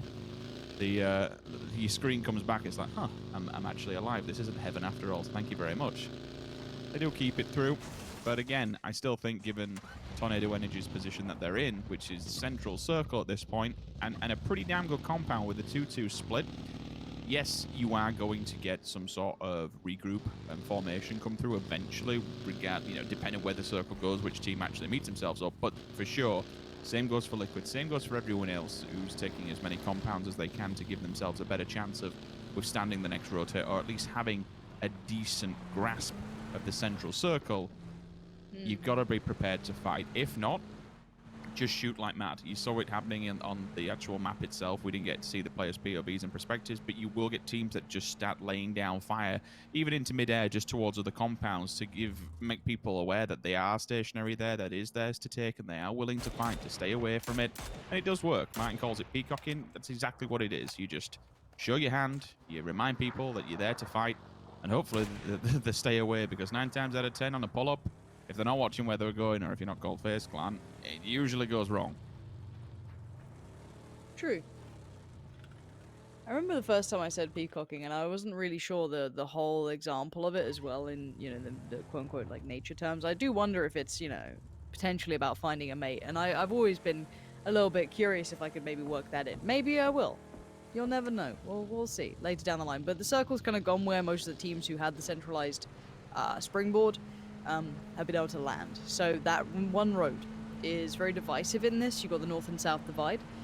Traditionally, I feel like it does go more often than not south, if I'm honest. I'm if not on the road itself. We've had a couple of endings around that side.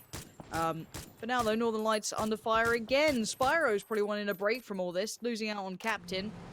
Now might lose out on Player. Northern Lights, though, pulling in. Nice little compound. They've actually picked up a lovely little spot there. Still liking position of this circle for still central. Liquid should be able to pull that 2-2 back to a full 4 stack. Tornado Energy are in a perfect position to just hold a 2-2. It's phenomenal at the moment. And I still state that is by... I'll hold because Rupture's here, hoping to fare better than previous, where all of his team just died around him in a blink of an eye.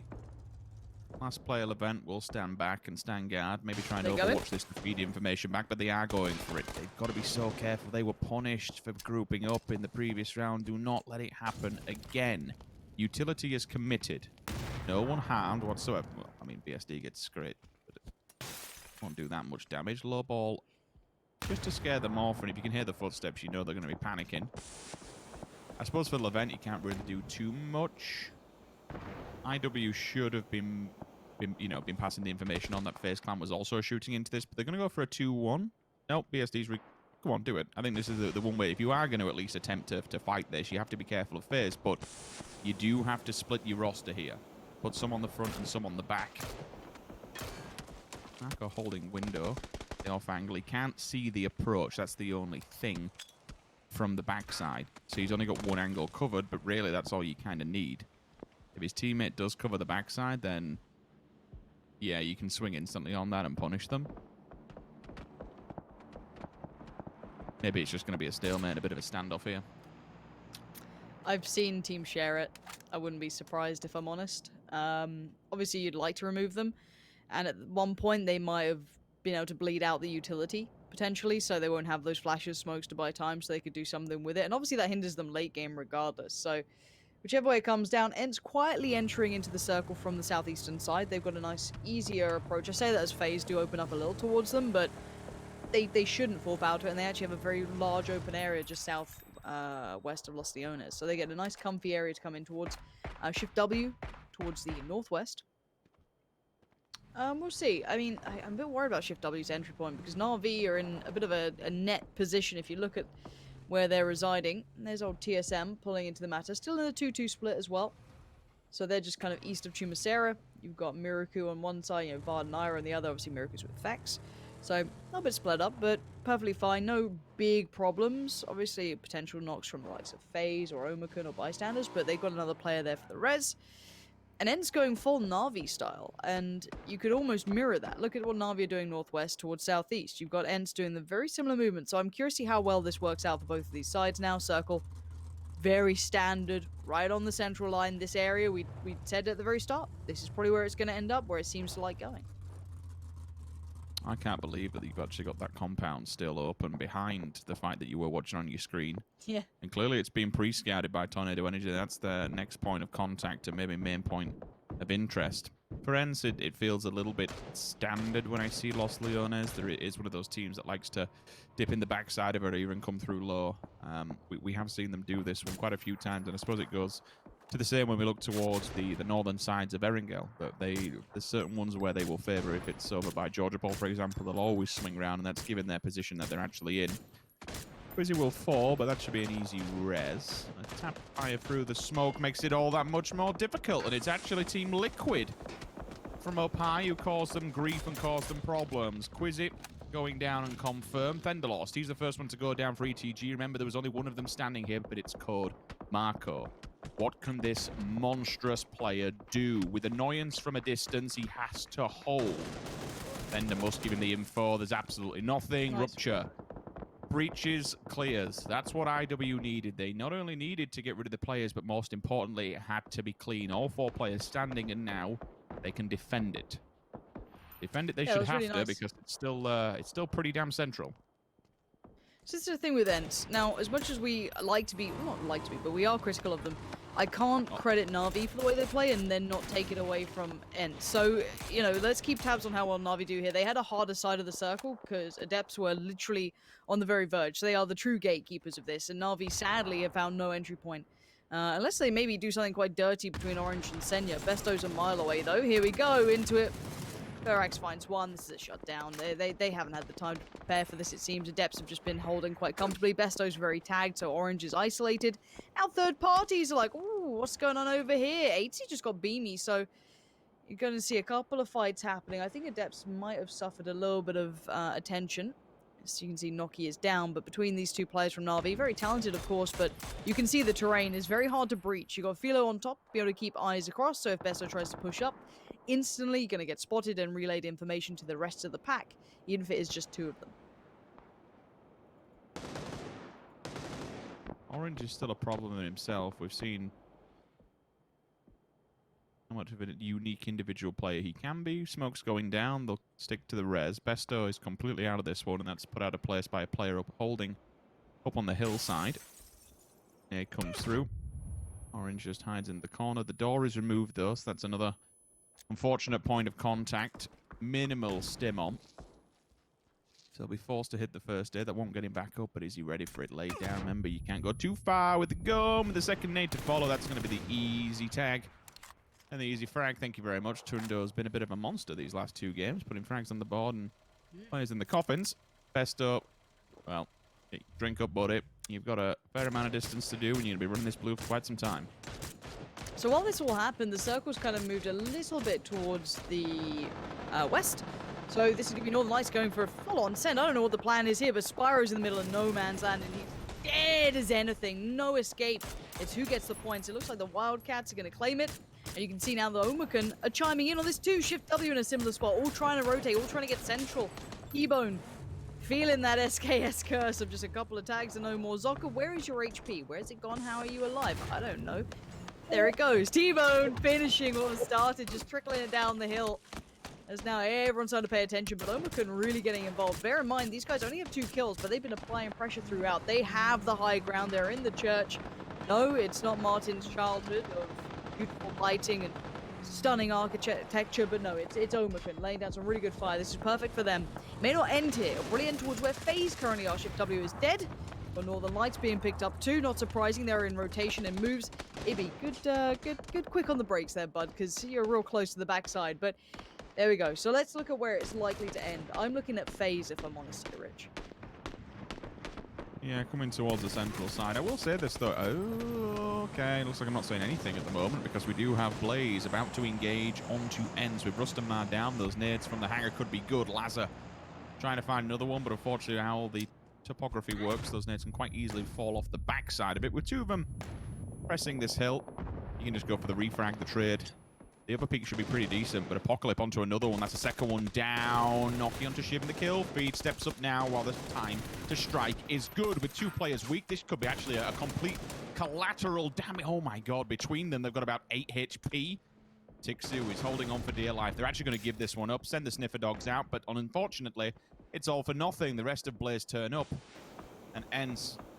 It's not quite the 0, but from Hero, they do fall from grace into a 13th place position. I was speaking about Omekan previously, so I will continue. They're saving grace about this position because it's up high. There's no one really down towards the south bar TSM. They will be staying put, given FaZe's position. You noted on it in the previous comments that it is strong, it is good, it is up high. For Omekan, they could use that to their advantage and maybe weave behind the slight, ever so slight defilade that runs below them parallel against the road. Have a Glock. I just saw him like an M. Really? Yeah, I don't know if he was just like messing around with loot or accidentally picked it up. I was very confused. Not quite the weapon I'd imagine would work there. Whatever works, right? Yeah.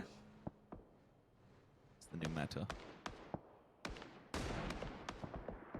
Give me his POB. He's got a 24. This dude is a freak. He's an absolute nut job when it comes to snipers. I love watching his POB. Maxi still is always one that we've not really seen it happen this time round. I think he's just moved on with the meta of DMRs and ARs, but certainly I still remember it was a PEL qualifiers or Berlin qualifiers. I'm sure it was PEL back in Minsk. He was just hitting the absolute world time and time again. But yeah, I'd like to at some point get Masker's POV because he does have 2 teams directly in front of him. And with him being given a bit of height, to be fair, and a fair vantage point from the top side of the church, he could be hitting some bangers, and he'll have to do just that with 2 players crossing the road from him. He maybe could hold off Adepts. They do come over that hillside, they'll cause them grief. Maybe even get an opener onto FaZe Clan. Maybe. Oh, Besto. Look at him. It's not where you want to be. It's not the dream. But we make do. We do what we can. So let's have a little look across the board. Let's take stock. So we're down to 12 teams, so it's getting towards the pointy end of the stick. Monkeys found Vaz Ku while we say that. So that's when Omekan left the church. They've had enough. They're turning their back on it. And they're going their own way. So 2 of the players make it across. That's Paige and T-Bone. Now, for them, they're in a good position quite early because they can then at least secure maybe the cross for the others if they get the chance. I was like, wait, they've got the spike strips in here now? That's what I thought. That's why I pointed out a wow. spike trap. How's he done that? Not to be. It is the old 5.56. You love to see it. It looks like Hjort has absolutely no idea where to take himself in this one. Going straight towards Apocalypse. Well, if you run him over, that'd be absolutely hilarious. Not the case. There we go. Down to 11. Now, Raise Your Edge. Probably, I don't like to say it, next on the chopping block. Easy now. As Monkey just lost out on a doozy. So let's see if he can get in the vehicle and get out of there. These are all the teams who are left on the outskirts. And it's quite hard to get into the circle now with the roads play, the way the topography plays. Gemty's gone for the southern swing. That might work well. He's out of the eyesight. Let's see about Monkey, though. Noki's gone down en route. You can see every team, when they do this, it's really, really hard to get forward. It looks like Monkey... Oh! Ow, what the hell just happened? Who won that? Philo. Okay, nicely done. A little bit of an uncomfortable situation. Looks like that car's getting a little too involved with the other car. I don't know what's going on. Don't think that's allowed on TV. Right, so Adepts have lost down their player. So now this is kind of not expected. It's not what I like to say. But it was all the teams, barring Omicron, who played very well by pouring across those two players, have now had to kind of suffer on the way in. It's the way the plays. Lose Masku as well during that, so that's the range that I was speaking about. Will no longer play a factor. TSM has been noted. They were quite quiet for a fair amount of time, but as soon as they had to engage with the team in the... I'm not entirely sure which one it was, but last 4 minutes I've been seeing them in the kill feed, which again just gives more information to FaZe Clan. They can make note where the point of contact's coming from. Take the audible cues and just make a mental note. You need to try and I suppose this is one of the big things that professional players do better than anybody. It's making note of where teams are just by gunfire. You know, you can keep a track on the kill feed. You saw Michael talking about how pivotal it can be. Always keeping a note of where people are going to be and where your next point of contact could potentially come from. And most importantly, where you're free to walk through. For FaZe Clan, that certain compound, how they're all lined up, you have each one, I think, maybe apart from the backside, they're all level 2 buildings individually. You have a small garage towards the front where Itzy and Gustav might be just playing off the back of, which gives you a very small window of opportunity to shoot towards TSM. It is a bit of a hilly area, so you can just dip down. Even when you can get pretty damn close to them, actually. And there is a small bowl ditch that you can lay in. Again, you'd expect with how little opposition FaZe have actually had that they'll be utilitied out of their minds. I mean, even 6 smokes, 3 frags on 1 player alone, so they can defend that quite easily. But there is room for TSM to sneak in upside of them, or at least certainly not too far, and maybe cause them a bit of grief. The issue is for them, Blaze. They are currently kept at gunpoint by WS. They can't really move up towards that position. But if they do and that green machine starts to fold in, could see a bit of action. Could get a little sketchy, couldn't it? But at the moment, we're all right. It's that... Oh, here we go. Blaze is on the way. Full send. Just TSM having a great time. And what did Tornado Energy do with this? How far in do they have to get? I need to check my map on that one. T-Bone. There goes Besto. Right, here's the pull-up. They just went straight for it, and, well, it's gone about as well as expected. It's, you know, I was thinking about what sort of delivery I wanted. I don't know if I want that, but I guess it's an option. Down to 7 now. We're looking towards the east. This is Liquid trying to keep back WS. Now, of course, Liquid do have the circle to play with, but Win Streak have been quite deadly, but they've garnered the attention of others. They've still got Blaze potentially looking their way, and the Wildcats now. Even though the Wildcats, they can have other things to look about. The topography plays a very important piece to this. Look at the high ground. It still sits with TSM, then Blaze, and FaZe somewhere in between. So it's going to be interesting to see how this plays out. Blaze can just kind of peek that ridge line, just kind of, you know, use the silhouette to bait a couple of shots, peek from a different angle. Smoke's going up, and, well, Win Streak, I don't know where they go. Yeah, it's with all people staring towards them. Just to make note as well, players, the most important player on that team at the moment is Rip9. He's watching TSM. He's keeping them back, and more, even if he's not keeping them back, he's certainly keeping information and keeping a tab on them. T-Bone, that's a nice little fadeaway shot as he knocks down BSD. Might get his health back or just call for reinforcements and take down a few more. With the smokes going down, they should be able to stick the res here. One good grenade, though, unfortunately would solidify their position. But for Team Liquid, this becomes extremely difficult with how open, how mobile. But I tell you what, with a 1, 2, 3, thank you very much. Clib and Jeems, again, the dynamic duo, just annihilates WS and removes them instantly from the server. I'm okay with what Liquid's doing at the moment. They're staying mobile. They're not staying stationary, hiding in a shack. They are going outside. They could stay, you know, safety in numbers and just turtle inside and hope that no one comes their way. But they're not the going only out team is doing the this. best. FaZe are doing the same thing. But yeah, the nades are getting a little scary. TSM are trying to sweep this too, so it's a little bit of a weird kind of anti-clockwise turnaround here. So TSM are pushing. Blaze have a very big, scary green gun on the other side that I really don't want to mess with, but Mexi finding Page as well, the stragglers for Omicron around the back lines, but here we go, nades coming in. The bounce a little too early, but Fex is on the front lines. The man's good, but not that good. Bit of a turn of events as Vard has to save the day as Lazar almost tipped that in their favor.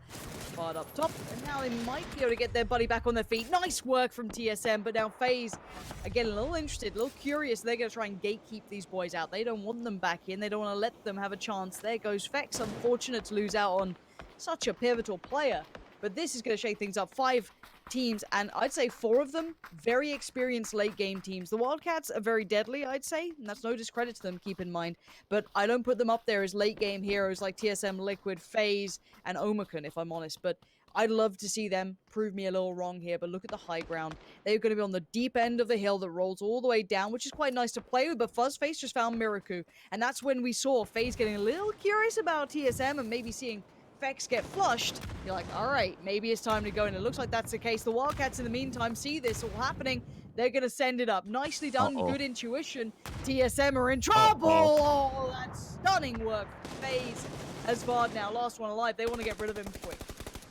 Good lord, this is going to be a massacre. 2 teams directly in front of them. There's players just going down left, right, and center. Uber is knocked, so there is a minor response. Vard cannot hit the heal because of the amount of players that are coming his way, but the bombardment just keeps going down. Clib will fall. Look at all the players that are just minus sub 30, 40% HP. And this all of a sudden just becomes a bit of a rally back from FaZe Clan, and I'm fine with that. There is safety behind. They know the north was theirs, and that's a good position they can return to. Smokes will go up to try and support Uber. And if they somehow keep him alive, well, that'll just be a fantastic player to dip out, remove, what, 3, 4 players from a very key position, a very strong team, and keep all 4 players standing. That's good reaction. That's good teamwork. You even see the communication was coming through by, it didn't get the confirmation onto the final player, which is going to be Vard from TSM, but still, they made note of him. His teammates tried to fold into it. They then realized, okay, Liquid's here as well. Let's back off for now. The damage is done. But let's not overstep his boundary. Let's let everyone else kind of fight towards the northern edge of the map first, and then we'll dip in later on and pick off what's left over.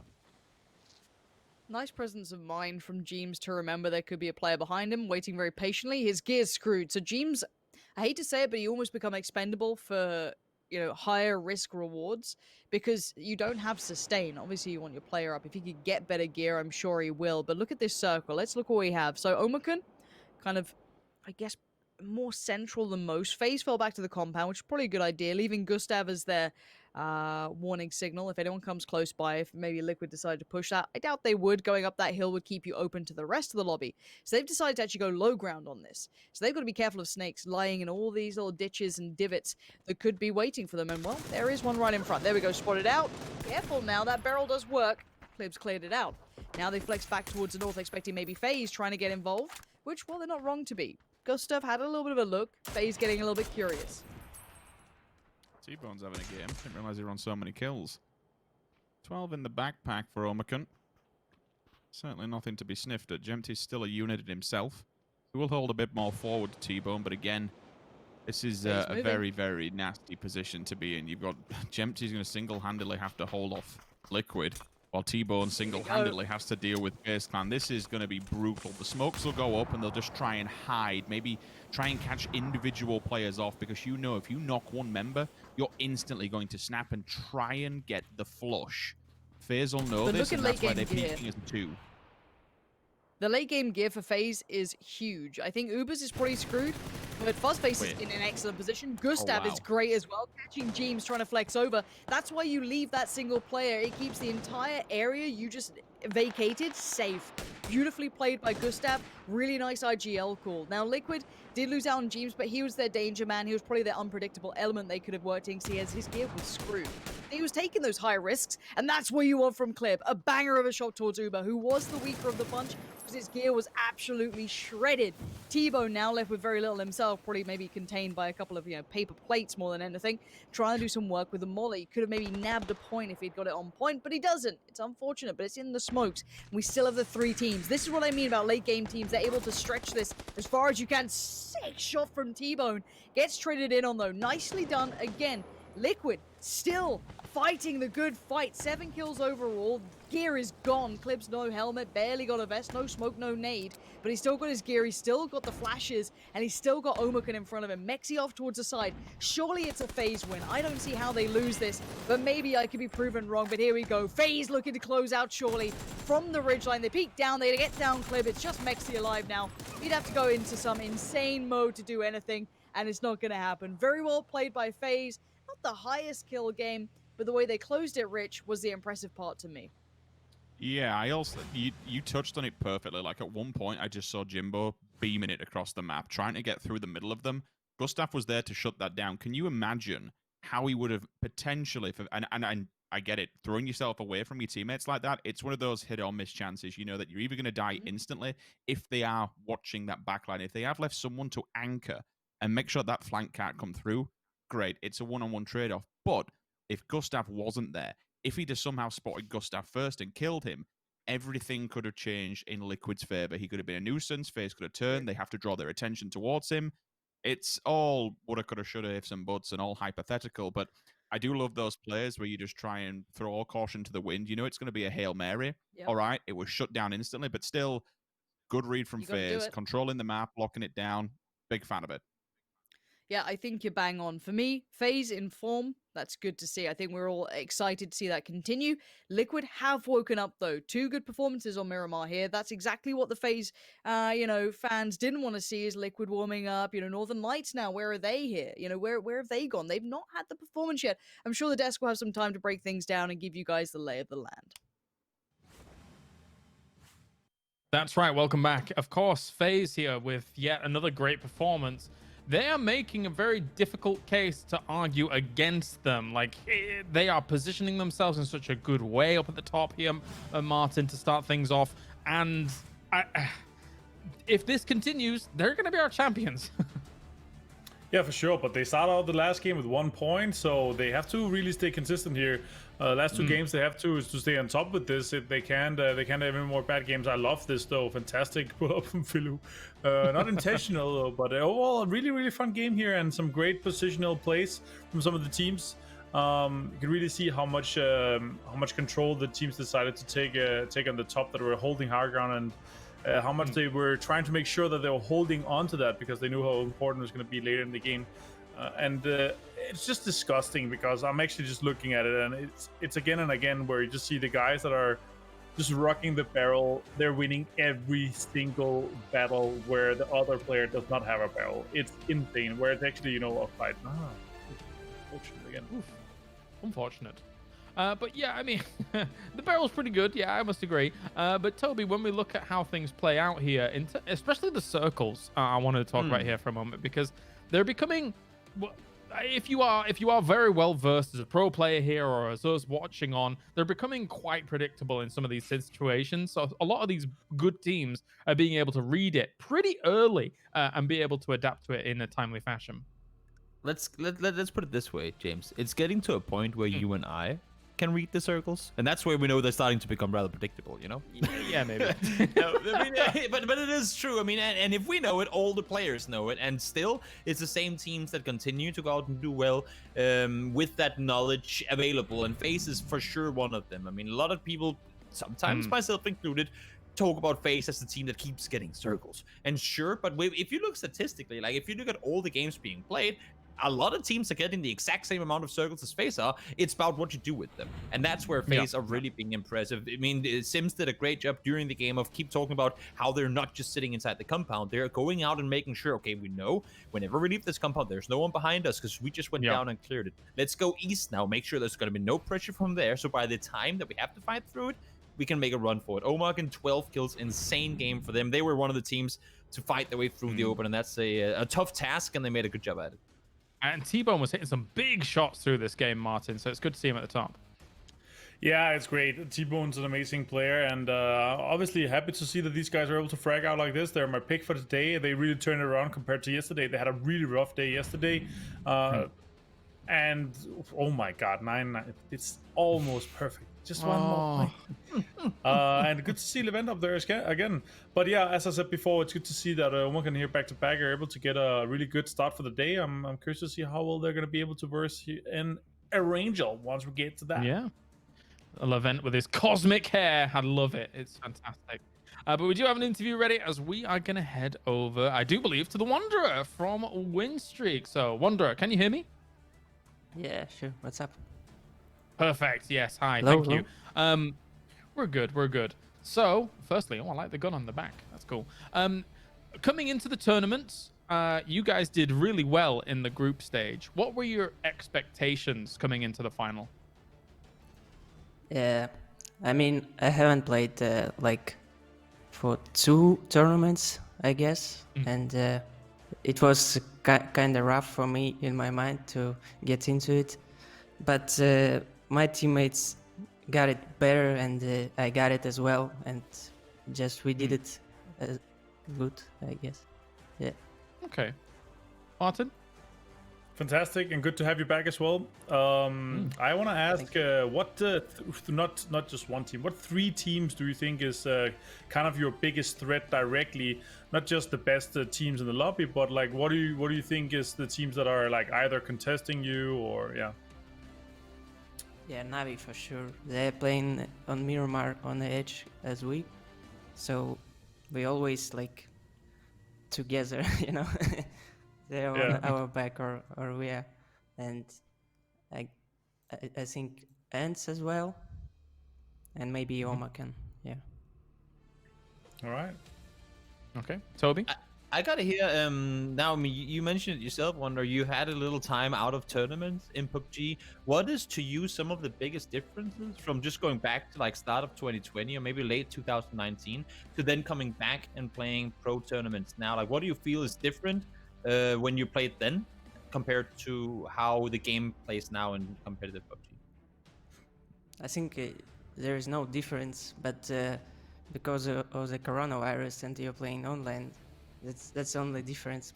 Because on LAN, that's the feelings is really like overwhelming you, and and in home you can just go drink water or get air or something and just chill. Do you prefer the comfort of home, or did you enjoy the LAN setting? The LAN setting is amazing for sure, but I missed it a lot.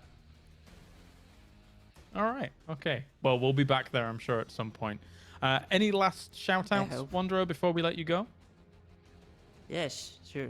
Shout-outs to my family, fans, and everyone who cheering for us.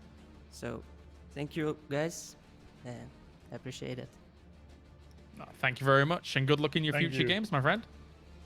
Thanks. Oh, it's nice to have the Wanderer back, to be honest. I really enjoyed when we were covering him in the PEL. There was that game, of course. I think he got double-digit kills, Martin. So, yeah. What a guy. I took him out for steak dinner.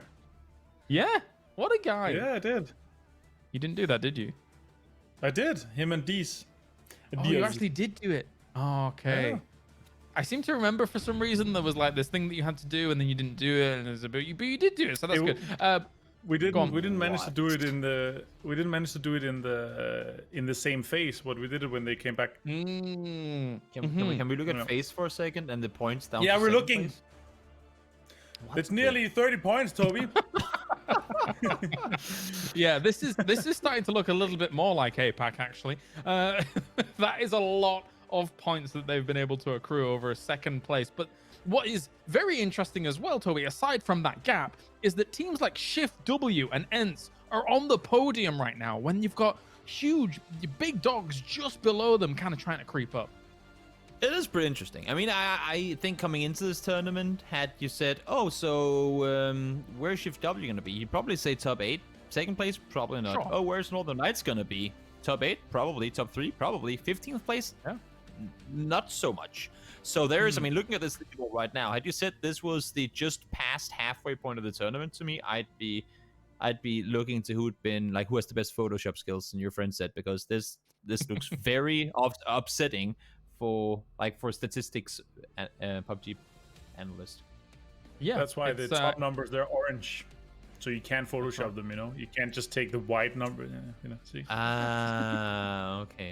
I could easily do that. What the hell? Anyway, you cannot Photoshop color. Didn't you know that? But yeah, it's very interesting to look at this, Martin, and how it does stand. Of course, especially the 4th through 7th. I feel like all 4 of those teams are really going to be trying to, get their game in shape for this next coming 2 games, as well as the final weekend, because those are heavy hitters that are looking for the prizes. I want to say though as well, Liquid, Navi, and Omaken all close. Omaken had an amazing day so far, 28 points, I believe. So they're really banging forward here, getting close to that again. Our top 4 is the ones that really makes the difference in terms of bang for the bucks. But 66% chance to win, guys. It's difficult to bet against them right now, and the statistics do not lie so far. However, we have seen crazier things happen, Toby, but FaZe is definitely in the driving seat. They're doing phenomenal. And if we look back at the finals of previous tournaments, I mean, TSM won PCS 1 with 185. I mean, FaZe, I don't want to say they're guaranteed to go past that, but with how they're playing right now, that is going to happen. And then it's a matter of who else can do anything remotely close. Yeah. To get anywhere near that point margin. And I honestly don't know at this point. Shift W has been doing a great job at it. Some of the teams that I would expect normally to be, these are the guys that in the last week they really come back and claim things. They have just not been performing well enough over the course of the tournament so far. So the margin that they would normally have to kind of claim back would have been way smaller than what it is in this tournament. And I don't know. It's time for the grassy pastures, Toby. Thank you very much. We are heading over to Sims and Pansy for our penultimate game of the day. Let's do it. Alrighty, yeah, southeast, quite very far south actually here, Rich. This is right over Sosnovka Island, heading towards, I guess, west of Quarry. So first look at Erangel, and yes, FaZe's performance has been formidable. Anytime we see a circle down towards Milta Way, it's a bit of a scary one for everyone else, and it was yesterday. Only seared that into my memory pretty recently. We might see it again, but let's see how this kind of pans out for those teams who go further north, because this could be quite rough, these circles. Yeah, with something like this, the lower playing path, we always say, generally, rule of thumb, if it's the circle has to be touching that playing path by hook or by crook, and with the more southern one, we'd expect it sets it up prime for a potential Sosnovka Island ending, right? If not, then we're at least going to be bouncing somewhere below Rosok. I think that's always a good gesture to say, and a good kind of stance that I'd be taking as an IGL. Hence, one of the teams predominantly that does like to go towards the north. They'll have to kind of land in and around Northern Lights territory. You might actually see Perfectix maybe just try and stand his ground for certain areas. Maybe even get a cheeky kill while teams are actually looking for vehicles. TSM being one of them. You can see Wanderer just wanders by. You get a nice cheeky beep beep, and lo and behold, we kind of called it that we might see a southern circle. Well, thank you very much. It's almost picture perfect to yesterday. Now, you touched on how FaZe just destroyed this circle. This is the old G-Core circle, right? And not only did they destroy it, but they did it with 3 players. Right from the very start, they lost... who was it? Was he... I'd see Gustav? They lost one of them. Game. I think Uber was late game. It must have been Gustav. Yeah, I'd see was with it. So they annihilated this. If they get the same set of events that happened yesterday, and let's also kind of make note, Lauren, they get this earlier. Before, it was more inland because they lost on transition. They did shift inland and then come back to this place. Now they've just been given one on home turf. The only way this really goes sunny side up is if we actually get the southern hit, in which case we know FaZe been phased. They can take the beaches, they can get the boats and crack onto Novo, but that to me is a death trap waiting. If it did, if somehow, just against all odds, if it did go to Novo, I mean, again, this is just a long set of circumstances that have to unfold. I don't think I've ever seen a Novo ending. Not the new one. for sure. I've seen something down the bottom side of those hills, but not the I've and the seen one that radar always stands out in tower, my I've mind. seen- The sorry to cut you off there. The one that always kind of No, stands no, out for go me is the ITZY versus NIP when he just bodied all three of them trying to cross the road. That's the one thing that always just sticks out from down there and been that one individual clutch yeah. player. But the yeah, it's whether or not Omicron would stay that late to actually see the next circle. But if they did, imagine how much farming they could do just on the coastline. Yeah. I mean, it's hard, isn't it? Because technically, in reality, it shouldn't go to Novo because of the land portion that's in the north. But nothing says it can't technically, but if you're playing percentage PUBG, that you bank on mainland, right? Like, that's just how you do it. But I guess the first circle is going to be quite telling, actually, where it closes to, because it'll probably shift quite heavily one way, you know, or the other. So I think we'll know by first circle what we're going to get, and I think the interesting one does become then, for the likes of Omicron, what do you do with that? Tornado Energy quickly on the move. Are they going to the bridge? Are they going to just try and get petrol station, maybe? I wonder. It'd be a good place to kind of... I mean, petrol station, I don't... Oh, you... Uh-oh. Keep it together now. Oh, you might have just fed. Oh. Come on. Should have nailed that one, my dude. That was a kill if I've ever seen it. Even switch out the scope as well. Got away with that one, but There we go. Example has not. It's folded on from Chris the showing opposing him how it's side. done. And he just slams one into the next player that goes by. You see the blood trail from behind. Yeah, I mean, the petrol station, I think at this point, with how many teams should be on the other side, it wouldn't be too great, especially being it's rather open around it. I do prefer the three-stack houses behind it, the little crossroads, or if you go further into Milta Town itself, you then have another three-stack that actually is near the ticket booth and the yellow's over from it. You could set up a cross-section there, but a lot of these teams, if they do come off of Sosnovka, it's going to be hitting the beaches. Yeah, oh, okay, so they took the boat. Oh, Yeah. they've actually gone into... They're on... If Alia... Imagine if Alia heard the boat. He can't because of the vehicle. The audible cue just won't be there with the noise of the engine, but imagine if he just had some level of info. They've all got the same game plan. Take the lower side, because no matter what circle we get next, there's going to be excuse the pun, a boatload of water in play. Boats and water. Makes sense.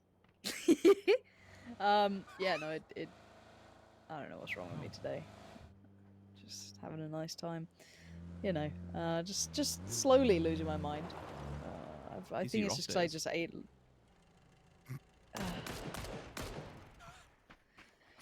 Oh, God, someone help me. All I do is talk about video games, and I can't even do that right at the moment. My brain's just turning into absolute soupy mush. But yeah, you're right. I think the safe bet is those cliffs, because you can get away from them too, and you do have that safety of the water traditionally being there. I like that as an idea. Now we're going to have the kind of second wave hitting. So the first wave were most of the teams who were already somewhat in the circle or had easy entrance to the circle. So they've been able to claim the prime positions. Obviously your FaZe, your Wildcats, the Blaze, Tornado Energy, Omicron, Shift W, Bystanders, right? These are your first wave. The second wave now coming in is the teams that weren't in position for this. So your Liquids, ETG, Northern Lights, TSM. So they could filter in towards your farms, shelters, prisons, lumber, I guess. This sort of area is very playable. But keep in mind, all of these teams are sticking to mainland. So a lot of the playable area, we are on 1/4 of the actual circle playability. So if this ever shifts away from that very far north west side of the circle, the literal ring of it, there's going to be very little like playable area. So you're going to have a lot of fights, a lot of kind of unfavorable late game land grabs becoming quite early game, because simply put, that's all that's there. So we'll see where teams head towards. It looks like Liquid's probably going to head to farm for now, potentially. I wonder if they go further here, because sometimes they go to the 2-2 on the two compounds either side of the road. They've done that before, but they've got a little bit of room to work with.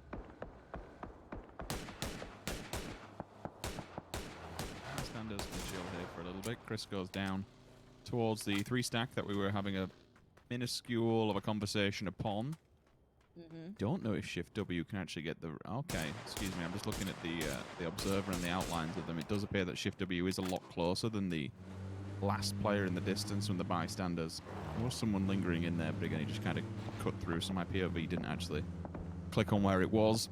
ETG will run the beaches, and we said this is going to be generally anyone's option just to try and obscure yourself from the vision of Milta Town itself. There's a very, very, very strong compound where ETG are actually just passing by. It's like that flat top where you can go on top of it, and it's totally open. Yes, there is exposed areas, but you can, or towards the front side of it, you can lay down and just hide, and it gives you so much vision of all of Milta. If anyone's it just becomes a bit of a rat run, unfortunately. A bit of a mouse trap, regardless of which way you go. Any single building you want to go up in, any of the 3 stacks, any of the cafeteria, whatever. Brave plays here, Rich. They're heading right up. Windstreaker there. They could get some shots on this one. They have made it to the plateau. Ooh, Iroh. Yeah, they've made it to the plateau. As long as they've done that, they're safe. It's that little run on the coastline. That's the danger part. Now, TSM actually went to Milta Power last time around. Now, we have seen Omicron showing their hand. This was originally Tornado Energy and Omicron potentially having the fight, but with ETG turning up, it's kind of pressured the issue further. And again, similar scenes from TSM. We saw Omicron last time around actually go to Milta Power. So Circle coming in is actually going to be very important. This could be very divisive as to how this game completely plays out. Bystanders run the route. There we go. Right, game on. Look at the area that's playable here. There is... said it, no matter what happens. Oh, quick back switch.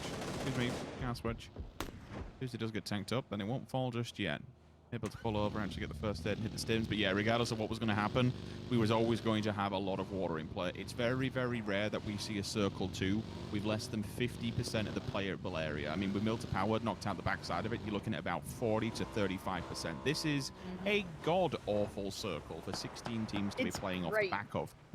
It is good fun from our perspective. For anybody else who hasn't centered up early, who hasn't gone into Milta Town, Milta Power, FaZe Clan territory, you are in dire straits. This is extremely hard to run.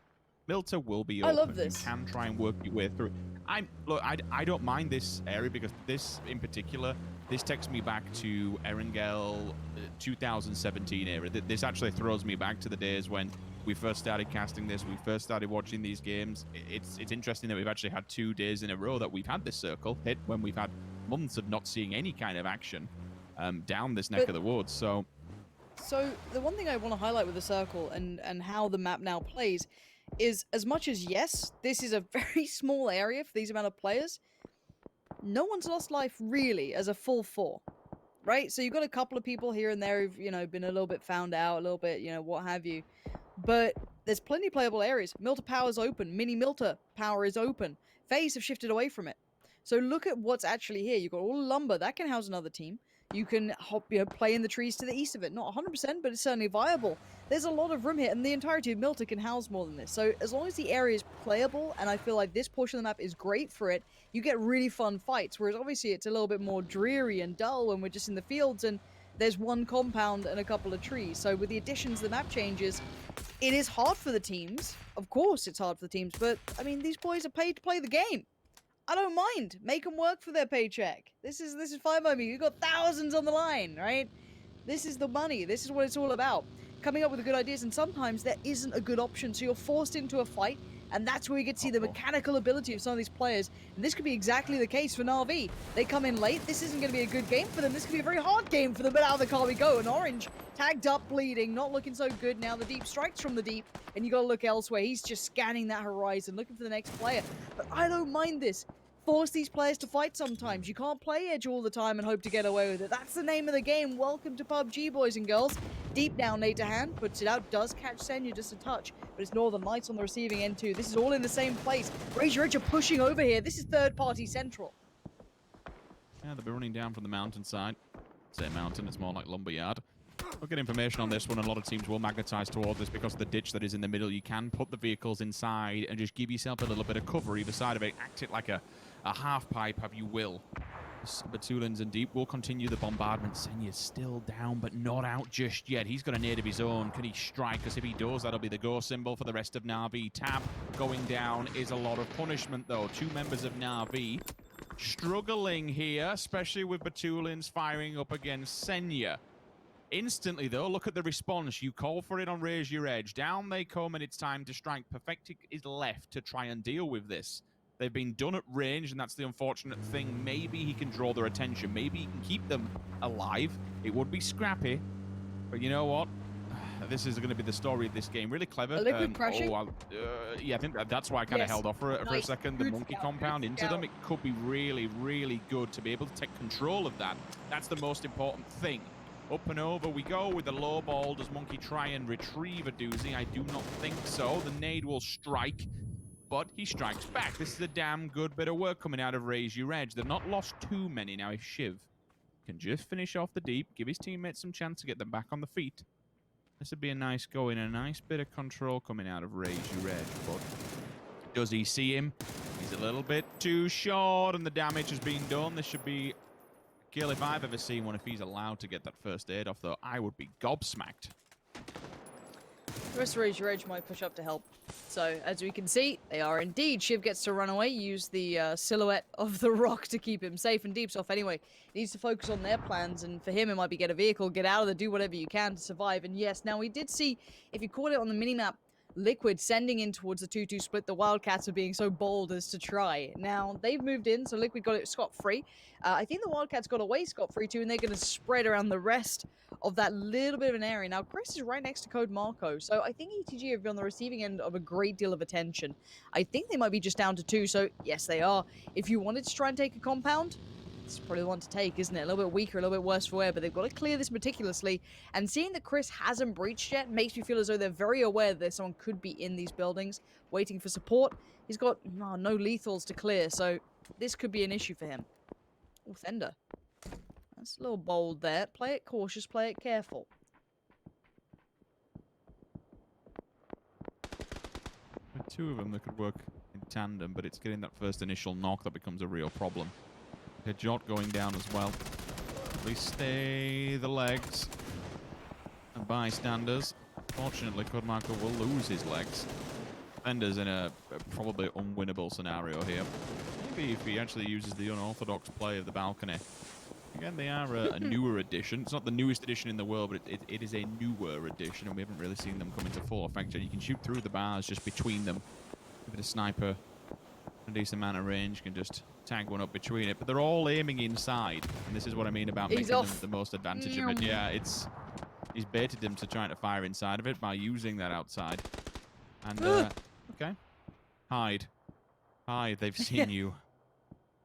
If they've got nades. Yay. Anyway, let's look at the circle. Raise Your Edge have made it in the north.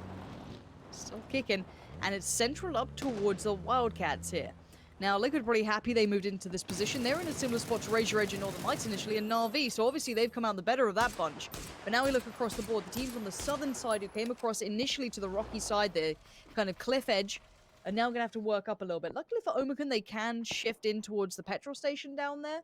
Bear in mind, it's quite open. It's not it's not particularly encapsulating much of it. Deep, way out in the blue, just trying to live. Last round live for Northern Lights. No one really is looking like they're going to die anytime soon. Unless maybe Alia goes down, they're not going to get any points out of it anyway. So he's just trying to play for survival. Also, teams from Milta Power are going to have to move across Ents. Not many options for them. Look at where they're sitting. Southeast, not great. Bystanders, now with the prospect of fighting Shift W, but there is also that element of Thunder there, so maybe Shift W's a little preoccupied. And TSM in the feed. They have taken over Mini Milta Power, which is brilliant for them. Mini Milta's a very strong position to play from. Obviously, FaZe were there for the win when we were down here before, so that's going to be great for TSM if they can control all of it. Well, that's the question. I do like not playing Mini Milta Power. I think it's smart. All right, you've given TSM an entry point and a way into it, but TSM will have much more of a job defending that than what FaZe Clan will on their compound. There's also potential that they actually run away from this one. Nice. Everyone knows where he is. It's not subtle, is it? Way to stay alive. Yeah. Yeah. Definitely. You're making note of the position. That's a banger of a shot. But with the 4 houses they're controlling, again, they've actually put one in every single one, so the survivability factor, if one of them gets breached, everyone else just stands their ground. And most importantly, if they've got vehicles, then there's opportunities to still stay mobile. That central area, though, Liquid have, they send it at the perfect time. You made note of it instantly as they were just banging it from Milta side. Landing in the 2 priority compounds. It forced IW into the lesser yellows, I want to say, just at the bottom of all the wooded area, all the lumbers and logs that are down on that hillside. That's really all you can really see. You will be focused and fixated on anybody that is up towards Lumberyard, mainly because nothing else really happens behind you, given that there's a minor plateau that you have to work with. Deep is deep in enemy territory. Still alive, which I'm surprised at. Aduzi's picked up some kind of a crate somewhere along the line. This is dangerous. If Deep shoots out, he's dead. So it depends on what he wants to do. Now, I guess he's jumped to 15th, so here we are. But I'm looking at Ents because they're crashing. What? Tixie! Stunning form. Absolutely stunning form. I guess you can't get shot if you're flipping around in the air like that. They're breaching. This is nice. They focused on one building. He's come up on top of the building. That's nuts. And Ents have just wiped out the Wildcats. Yes, Rustamar's on his knees, but he can be picked up. And she created, and the other player, I'm not sure who it is, can do nothing but watch. That's it. Beautifully done by Ents. I don't know how they just made that work, but they did. Omakun trying a similar send. If he... Okay, I don't think it happened, but in some world, if he says there's a way... If there's a way we can flip this... If I can get this vehicle airborne, then I'll get out upstairs. And if that was preemptive and done on purpose, my mind is blown. I don't think it was, but no. Okay, so let's talk about what this means now for Ents.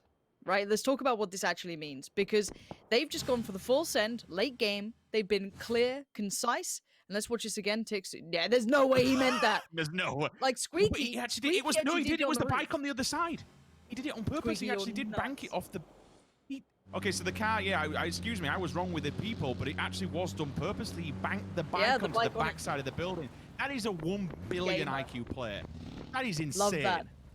And that's got them center circle. They just crashed the 2-2. They got the position. If you want to see why we always want more from Ents, this is why. Now, let's get into the action, though, because this is about to get hot.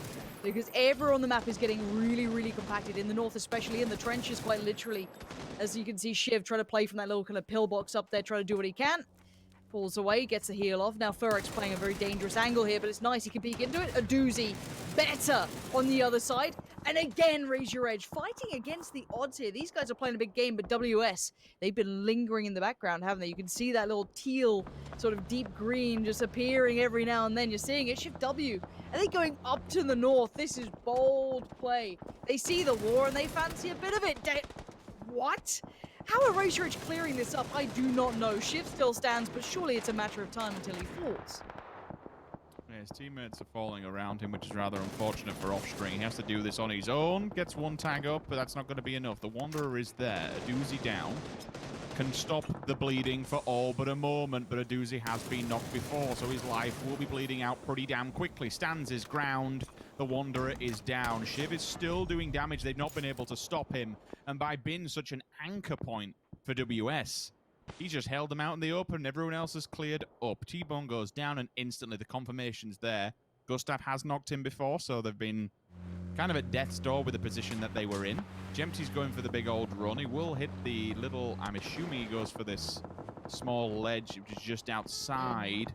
Oh, oh my god, all three of them from Beamy? He's got a 3-for-1 nade onto them. They must have been going for the res. He just annihilated Raise Your Edge to find Shiv. Look at them. They're just all on the floor. He has destroyed this roster. This is insanity. What a nade. I don't think you can ask for anything more. Beamy is going to be grinning. Beaming, you might want to say, with that one. You're going to be loving that. Absolutely loving it. And now, let's look at how this shakes things up. Iroh's found Jempty, that's Omakun gone. They were down to their last couple. TSM still had their players, but they had to leave Mini Milter, of course. That was quite a arduous task with that many eyes looking your way, and they've made it out with, I think, all four standing. Very impressive. Liquid just lost life, and I'm curious how Clib got caught when they're still very much in the circle. I'm not sure what they were up to there, because I doubt you want to cross that road. As much as we say, you know, push out and play proactive late game. Oh yeah, look at this.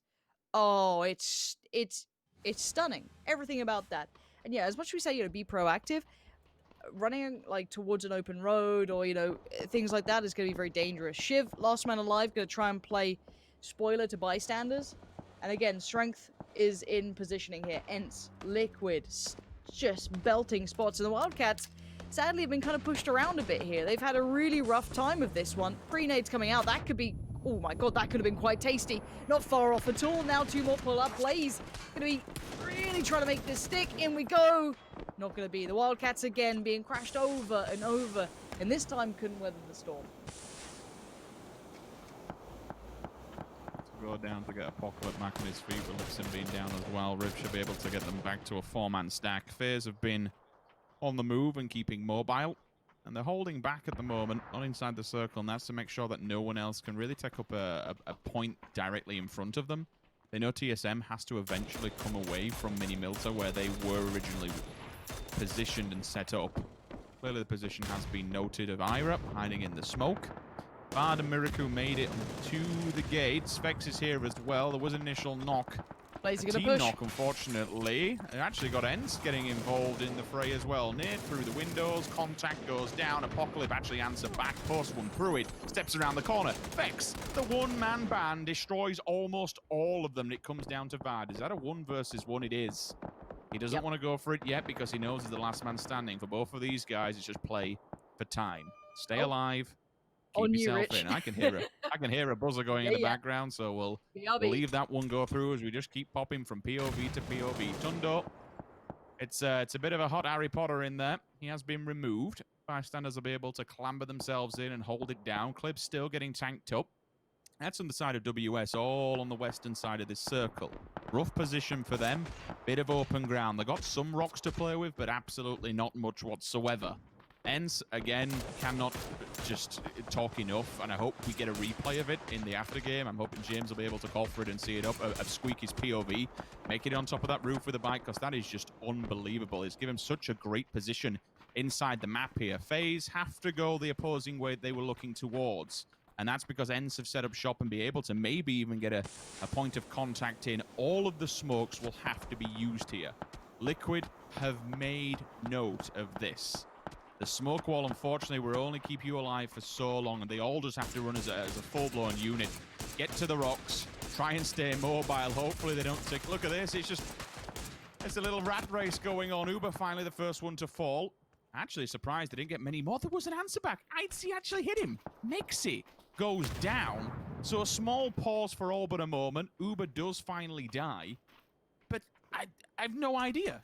I have no idea how they've kept 3 alive. That is incredible. Compose yourself for a moment. Unfortunately, this won't be all smile and roses. I can see Ents in the back lines just cycling the grenades. So watch out for the frags. The nuclear warhead's about to strike. Thankfully, there is a vehicle, or there was a vehicle, that was just there to try and push back some grenades, take the hit, take the main force of the splash damage, and it actually does its job. It bounces them back away. I have no idea, Lauren, but FaZe have only lost 1 by running the most... I have no idea. I have absolutely no idea. I mean, a banger of a shot came out from Itzy mid-run. Takes down Mexi. And a double nade comes out as soon as I was speaking about Mexi. Her jort hits the world. Wham bam, thank you, ma'am. Second follow-up could come through, and Liquid have just been shattered into pieces. There's no good options for them. They've tried to go to the north side. You saw that kind of very valiant attempt. I'm out of breath because I ran down my stairs. You know, cardio not high on the list here, but Liquid, a decent ending, I guess. 8th, not ideal, but they'll take it for now. Now the question becomes, what does FaZe do? I honestly cannot believe that they've managed to just weather the storm in this one with so many teams looking at it from that position. Yellow, unfortunately, will go down, but it's instantly responded on. So Jort continues the damage that he's just been handing out, dealing to teams across them. I have no idea. The smoke went... that smoke wall was fantastic. Yeah, Liquid also had an eyeline, and all 4 players were in the open running. They only got 1 player. I mean, Uber's you know, it's a big figure to take down, but still, they did very little damage to them. All right. I've caught my breath. Ents in the south. I am absolutely impressed with them, but now they've got to go against it. Bystanders in the north. After that work from Beamy, sick game. FaZe just refused to die. Same can be said for Vard, still trying to fight out against Lazar. This has been going on since, you know, my sushi arrived. It's been a minute. So for Vard, creeping away. 30 seconds to do something. There's that molly. Denies 1 exit. Lazar still playing ahead of it. Now FaZe are being... they went for the drop, I think, and Beamy just spotted Gustav. I don't know if they went... because it looked like they actively went for the drop, which is a little bit confusing. Maybe their gear is extremely bad, and that was the best chance they had for it.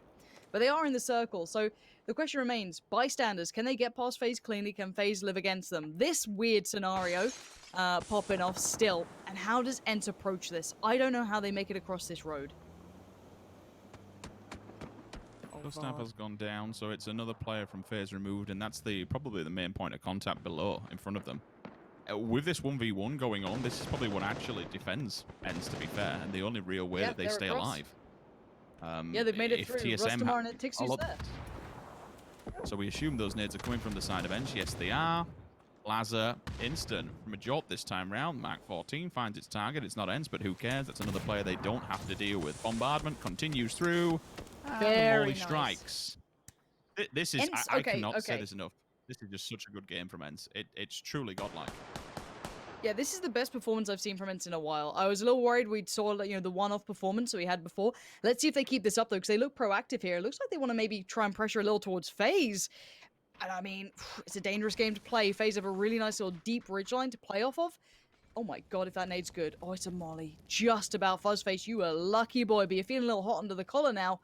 ENCE haven't had too much time to deal with bystanders, so they may not know everything about the positioning, but FaZe are certainly aware.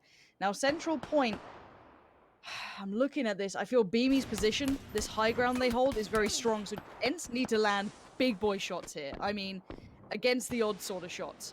So let's find out how good they are at this one in reality of it all. There's Short already getting on the board. Rustamar goes down. It's Flammy to finish the kill that was started. And 3'd up, geared up, barrel. Oh, the Mark 14 too. You got everything you need. 9 kills, stunning. Even the plateau in the middle with Yellow and Beamy on is perfect to defend that Central Point. Whereas ENCE, as you can see with poor old Diggory, absolutely battered and broken, and FaZe go unnoticed for a second. Hopefully they don't forget about the formidable FaZe playing those ditches, the flashes, the smokes. It's all coming through now. There goes Rustamar, and ENCE are down to 3. I do think the bystanders have got a fair amount of work to do, given how very little hard cover they have. Same could be said for ENCE, but they've got a tiny bit more time. I suppose once they go over the hillside that is in favor of the bystanders, that's when it becomes a real problem. How many smokes do we see? Oh god, this gets a little bit harder now with ITZY and Fuzzface working in tandem to one side of the bystanders. ENCE have a very minute Beamy. chance to breathe. Big step up though, Beamy. Time to go. Thank you very much. This guy is on 6 fire kills. from one team to another, but now Hold on, Tixu hold on, strikes hold on. back. ENCE are in a 3v2 now. Flamey and Beamy are the only 2 alive. Now Flamey needs to come up big with this one. He needs some work and he's getting it. 2 huge kills. It's just Diggory left alive. Bystanders out of nowhere pull that off. And some incredibly good games from these teams. We had ENCE doing the impossible. That breach was just... it's gonna go down in the books as one of my favorites, right? That's incredible to make it across the road. They've been doing great all game. Beamy, what a performance from him. Remember the trench play? He got like 3 kills in the space of a second. So many great moments. It's why we like certain circles. PUBG Corp. Just keep them coming. Keep them coming. And yeah, a great game overall, Rich. I don't know what else to say. That was probably one of my favorites I've seen in a long time. Yeah, I think for the bystanders, I mean, they've got 4 kills so far today, which ain't a great deal, let's be completely honest. They've had 1 placement that's been 5th on the second game of Miramar. So a 25-point game, especially when you're down in 14th at this stage. All right, you've got FaZe Clan who's on 132. Regardless what happens, you're probably not going to be winning it at this stage. But you are playing for money. You are playing for placement. The further up that leaderboard you can get, the more cash you're going to take home. What I do feel is now starting to shine a little bit from the bystanders is individual confidence. Let's be real here. There are some insane world level teams. You might not be at that level yet. Let's be completely honest here. But when you're having the balls to run out against 2 of them and shut them down like that, when you're getting 3-for-1 nades off on the side of Raise Your Edge, that confidence and self-confidence, self-belief begins not only for individuals, but as a team. If the bystanders can keep pulling things out of the bag like this, I think we'll see him in the top half, the upper deck of the teams here in the lobby. We'll find out how they're looking on the board now after that game over the boys on the desk. Holy moly, bystanders. As if all of the grenades that they threw over on everybody weren't enough. Then they start Flamey just popping off at everybody at the very end. Fantastic stuff by them. They get a victory. Toby, that was brilliant by bystanders.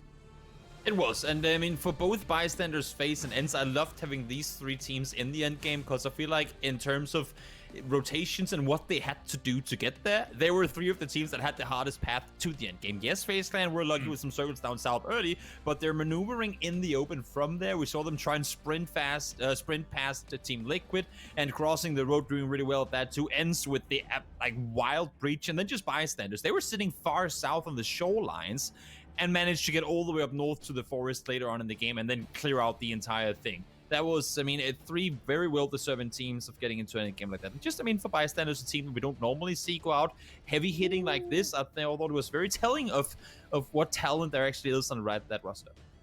Oh, we're going to show it twice. Oh, no, that was, yep. Fantastic. I love it.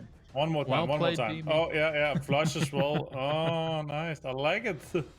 No, but overall, 25 points for this game here, James, is absolutely amazing for them. Honestly, after what we saw from them on day number 1, day number 2, they got 18 points in both of those days. So this performance really shows that the depth of this lobby here is amazing. And by any given Sunday, these teams can really step up. And as Toby pointed out, their positional plays here was absolutely on point, absolutely amazing. They must have been absolutely filled with adrenaline throughout this game here. flamie taking one, taking another one after this one. Absolutely nice 1v2, basically a 1v3 in that situation, because he was against all those 3 at the same time, and they knew kind of where it was. So amazing play and amazing jiggle peaks while he was at it. Yeah, the smoke was the perfect combination of not obscuring, but obscuring kind of the information to a certain extent for ENCE, which was really cool to see. But 25 points go the way of bystanders there. Brilliant stuff by them. But we do have to give props to ENCE for getting the 2nd place with 15 points, because Toby, the breach was just splendid. In the middle of the game, when I saw what they were doing, I had to go in game myself, find a random replay on a wrangler, and like go down into player height and be like, is there any way possible that they could have scouted that compound from the other side? And there's no way. I mean, that's why they made it such a cinematic throw in, because they're just like, we gotta give it everything and then some. We gotta have some Hans Zimmer music in the background, or maybe have Michael Bay direct the breach, and it was all over. I mean, I don't think you can fly that buggy any higher than that in the game. Tixu, tons of barrel rolls up there. This was a perfect breach, and didn't lose anyone in the push either. Great play. flamie, Damn, beamie bringing out the numbers. 1,051 damage coming in for him, and just in general, everything lined up so well for bystanders here, Martin, to be able to get themselves into this position. I feel like their movement was good, their fights that they took was good. flamie at the end, his fight was good. Everything was good. It was all good, Martin. It was amazing, and honestly, they want to push themselves into the top 8. That's where the big money really starts up here, and they might have done just that with this amazing game here. I just want to see this continue. I want to see this aggression and this position of really continue for these guys, because they were really fragging out. And beamie, absolutely amazing game from him. That's probably the best performance we've seen from him so far. Yeah, especially in a lobby like this, really good stuff. And of course, at home, guys, not only can you be, watching the games, but you can also be getting yourself some extra little things going on for the Pick'em Challenge, which is closing very soon, I might add. So if you're watching here as well, you can get yourself esports points, as well as coupons potentially, as drops if you've attached your Twitch account, obviously, along for the ride. There's information on how you're actually able to do that. We're going to go to a short break, ladies and gentlemen, and when we return, we have our final game of the day here, of the weekend, in fact. We'll see you in a few. Hello, PUBG esports fans. The Pick'em Challenge is back, and just in time for PUBG Continental Series 2, with some new improvements to make earning those great rewards even easier. That's right. Starting with PCS2, we've extended the Pick'em Challenge event and increased the number of matches, allowing you more time and opportunities to collect the points you need to earn awesome, unique rewards. You'll also be able to earn more free voting coupons than before, while having opportunities to earn esports points just by watching our live PCS2 broadcasts. The PCS2 Pick'em Challenge takes place from August 19th to September 8th for PC fans, and August 27th to September 8th for fans on console. During this time, you can check out real-time tournament standings, information on participating teams, and player stats in the esports tab in-game. After PCS2 finishes, you'll be able to spend your earned EP in the esports shop from September 15th until the 23rd. The shop is filled with exclusive PCS2 themed skins you can't get anywhere else, so make sure you spend your points while you can. Like before, the Pick'em Challenge is divided into 2 games, Pick the Winner and Team Face-Off. Pick the Winner lets you predict the overall champion from each region, you can only vote for each team once, but with a 100,000 EP prize, you're looking at up to 400k if your prediction game is on point. You'll need to use a voting coupon to cast votes for this game, which can be earned by purchasing PCS2 gear in the shop or through one of the free methods we'll talk about later. 25% of each PCS2 item sold goes directly back to the teams via evenly distributed direct payments and by bolstering the regional tournament prize pools, so you're getting cool stuff, increasing your odds to win even more cool stuff, and helping your favorite PUBG esports teams in the process. Team Face-Off is a game where you predict which of two teams will perform better in an upcoming matchup, and plays a little differently than PCS1. It's still a free game that doesn't require any voting coupons, but EP prizes will not be weighted based on how many votes each team has gotten. So it's up to you where to risk and where to play safe. Catching the intense PCS2 action live is its own reward, but you can also increase your Pick'em Challenge odds by watching live. Just like PCS1, codes will periodically show up on screen during the broadcast. Enter these in-game quickly, as only a certain number of people can claim each one. We'll also be giving out coupons and EP on Twitch through Twitch Drops. Twitch Drops are currently only available for Steam accounts and can only be acquired by watching on Twitch. To participate, make sure your Twitch, Steam, and PUBG accounts are all linked. You can get started easily by visiting accounts.pubg.com and logging in or creating your PUBG account if you haven't already. From here, you'll have easy access to link your accounts. Once linked, you can earn one free voting coupon and up to 20,000 EP just by spending time watching the PCS2 action live on Twitch. During the stream, you'll also be able to participate in quizzes that randomly appear on the official twitch.tv/PUBG channel. Answer correctly, get rewarded. PCS2 is happening soon, so familiarize yourself with the teams and plan out your strategy. All 4 PUBG regions are participating, and you can vote on them all. The more you watch, the better your odds of scoring unique skins for your own matches.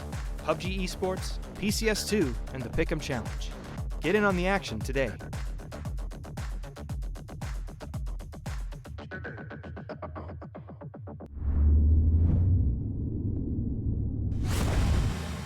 I think Miracu's a lost cause here. Iroh can't do anything to save him.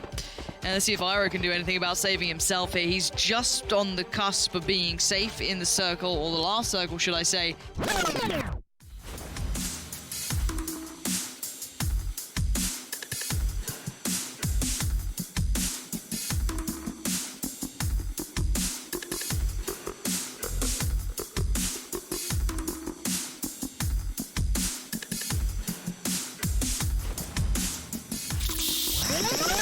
But he does have El Gigantum behind him, so there is no rest for the wicked when it comes to him. But on the other side, he out-healed them. We are rolling back the years in PUBG here. There could be Vision had potentially, which could then cut off Omicron at the knee. So they need to be very careful with where they position themselves, because they can't cleanly run to that next position now. They can shuffle up slightly, they can just cross the road for sure, but they need to be a little cautious and not get too tunnel visioned on this.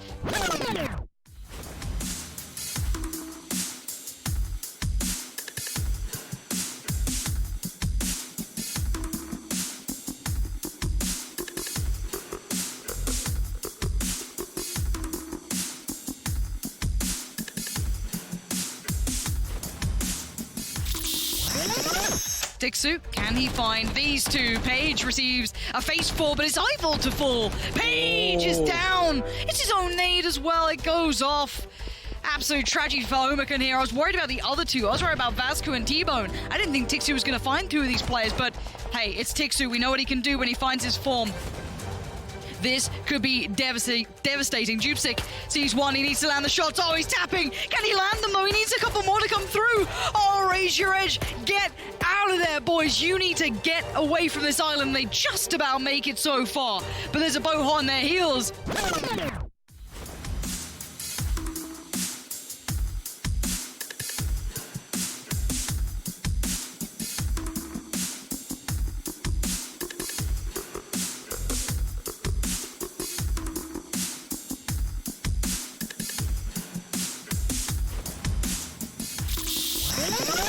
They can be flying towards Raise Your Edge. More tags are coming out. Raise Your Edge. This is so dangerous for them. If these shots land, if a couple of players get knocked, this is going to be such a big issue.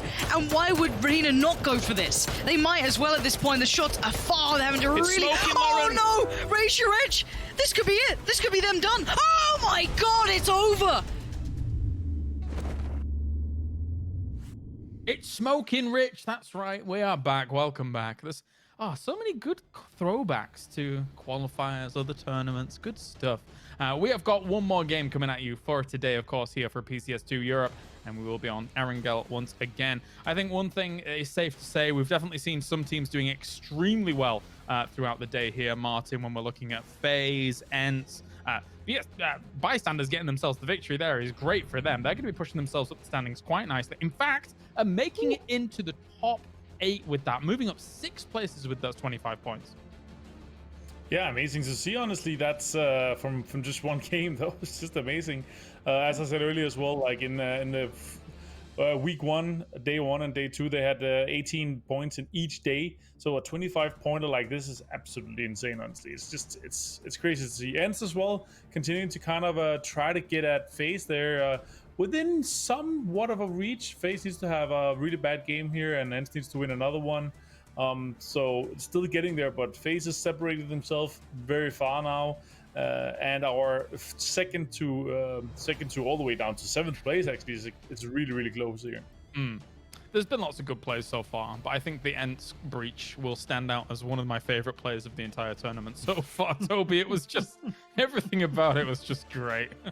It was absolutely ultimate entertainment, and the best thing about it, because had they gone in and been obliterated, which you normally think would happen in those type scenarios, then it would have been, oh, that was hilarious, but it was also kind of dumb because they ended up dying. But because they ended up not only clearing the compound, but not losing a single player and then going to get a 2nd place in the game, it was the perfect play, and it couldn't have been done any better than that. I think it was hilarious. But a quick side note on Bystanders, I think coming into this game, I had the pleasure of casting their qualifiers, and yes, of course, the qualifiers for a tournament like this is a lot easier than what you go up against in the grand finals.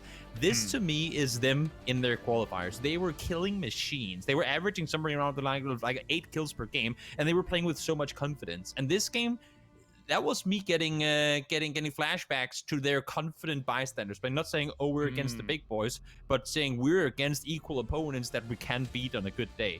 So I'm gonna keep my eyes on Bystanders for the last game here and see if that win has given a spark in the guys for the last game to come. All right, well, Toby, don't make me concede that Danes are good at video games. I don't need to have to do that. Martin already knows that I think he's good at games. I don't need that even more. But anyway, it's time to go into our final game of the night. We are heading to Erangel once again, as all the points are up for grabs up until our next weekend here for the grand finals. It's time to head to Sims and Pansy. Whew, okay, I have inhaled my food because I want to be 100% focused on this final game, because what the hell was that last game, Rich? I'm still reeling from it. So many cool moments.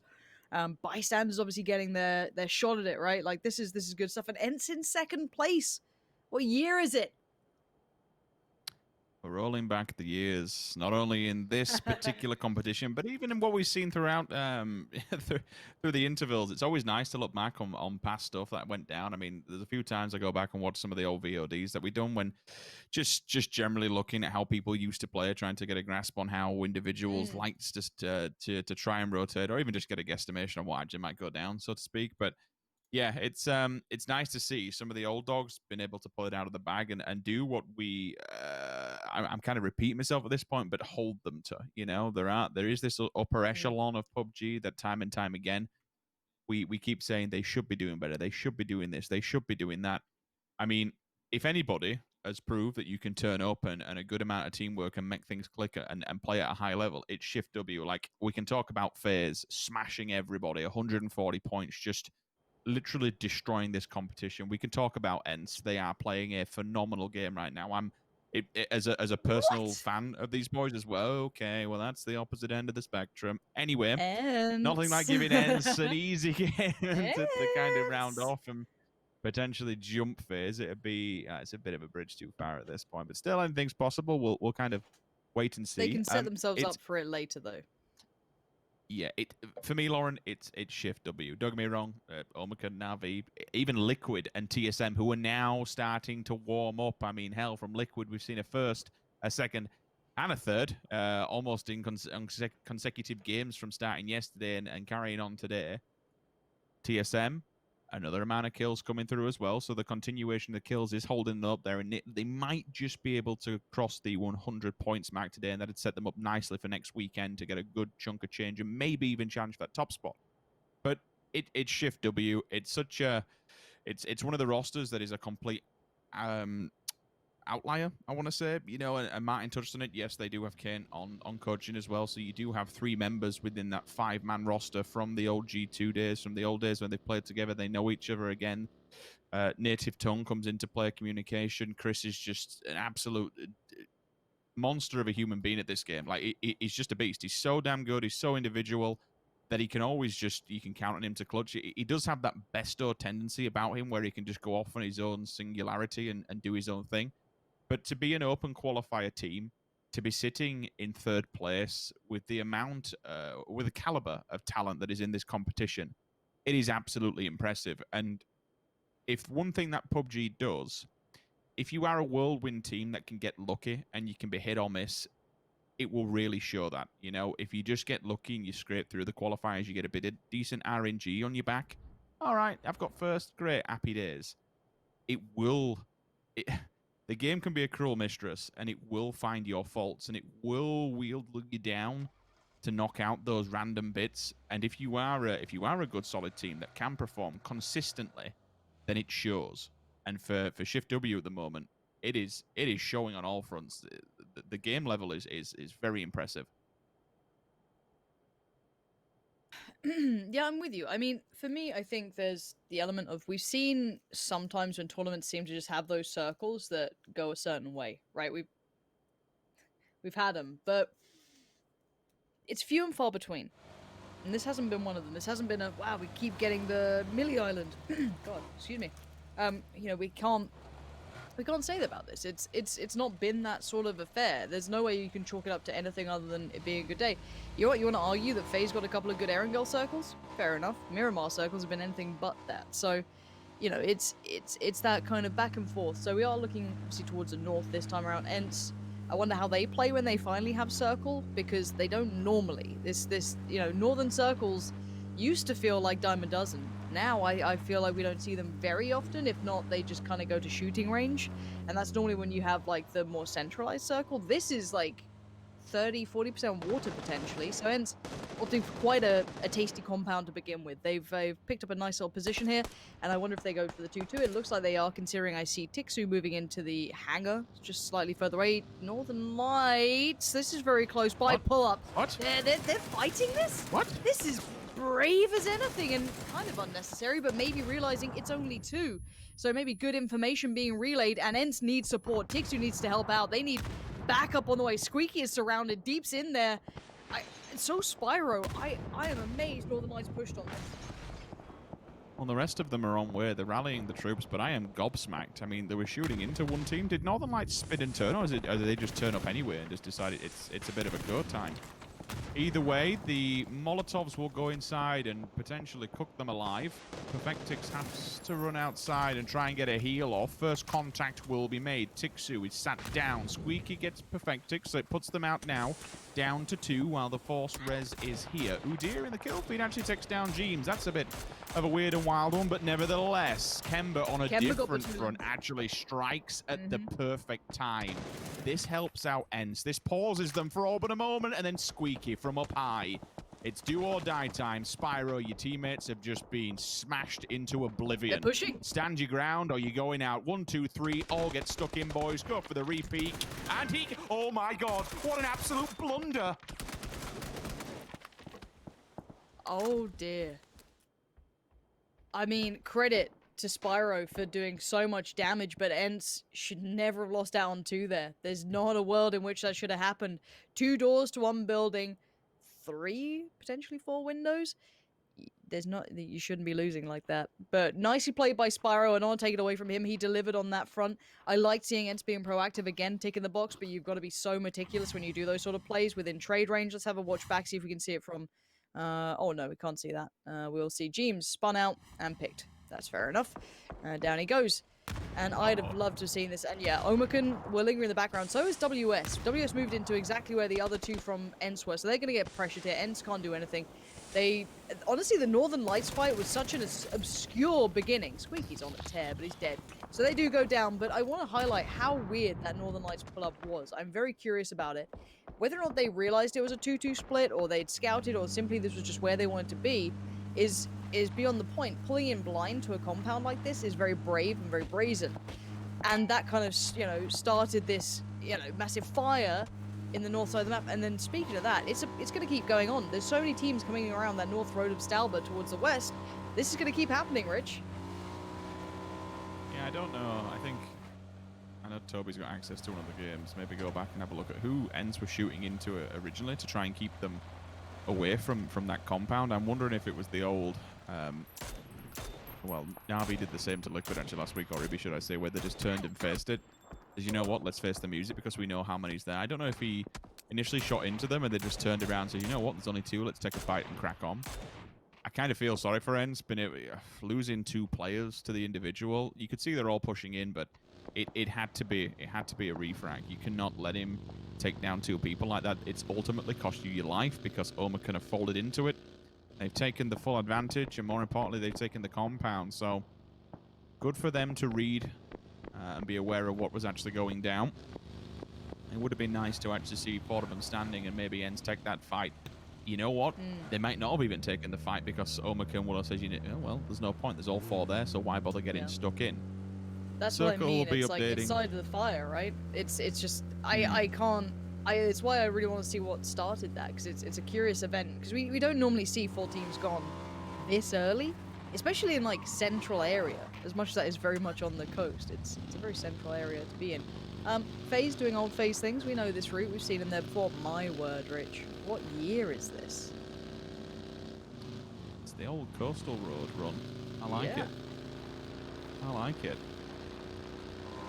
Now, the question is, I'm just imagining Jempty on a bike somewhere, just driving in and finding the plateau and then them setting up shop. It's the old ways work best. Well, maybe not in this case because we actually have down at the cross stacks on the main road and even potentially further afield into. I'm trying to think where a gas station is on that route. I suppose they can actually they'll have control of it. It gives them something. Rupture, you don't want to be going for that bike. That's going to be a very, very hot area. The Wildcats, unfortunately, time and time again, we just see them getting bodied on transition. Or even when they get pulled up upon, they just can't seem to fight the teams back and defend what they've taken. She Created is forced to come in and hit the heel while the rest of the team separates and runs off. His vehicle is smoking, so you won't be going much further than this. You'll have to stand your ground against all of Liquid. And it's one thing we know from Liquid, they don't like single individuals lingering to potentially cause them problems. And with the vehicle smoking there, Clib absolutely knows She Created is somewhere in the maze. So we'll keep an eye on it and see if he does go down the kill feed or see if he's a problem towards Liquid. It'll be a devastating blow. Losing Jeems already so early on. If they do lose a second one to a solo Snake hiding away. FaZe have gone for a 4-man split. Just be aware of that. They're getting as much information as possible. There's a reason for it, and it's because of Shift W. They've actually gone from the farm, they've played it late, they've almost done an identical route, come up alongside East Coast, and now they're actually just to the north of Stalba, down the hill. That's a banger of a shot out the back. Furax, gotta clean it, otherwise someone else will try and steal it. Does get it for TSM, and now they hit one of the newer areas, one of the newer additions. The place why I don't like this is you are actually visible from the house. I've been here many a time in duos where we've just tried to run it. If you do go in the ditches there on the sandbags, the house has full vision on you. You've got people behind you on the cliffs. Thank you very much, POV, for showing it exactly how it is. It's okay. It's a nice little addition. It's somewhere to stop. It is totally exposed. You are a sitting duck. All you have to do is sit down, hide. You ain't driving nowhere. At least 3 teams should be able to see you. Well, She Created has chosen a new career as a, supermarket checkout person, just waiting here over by reception. See if there's any customers. They're hanging around.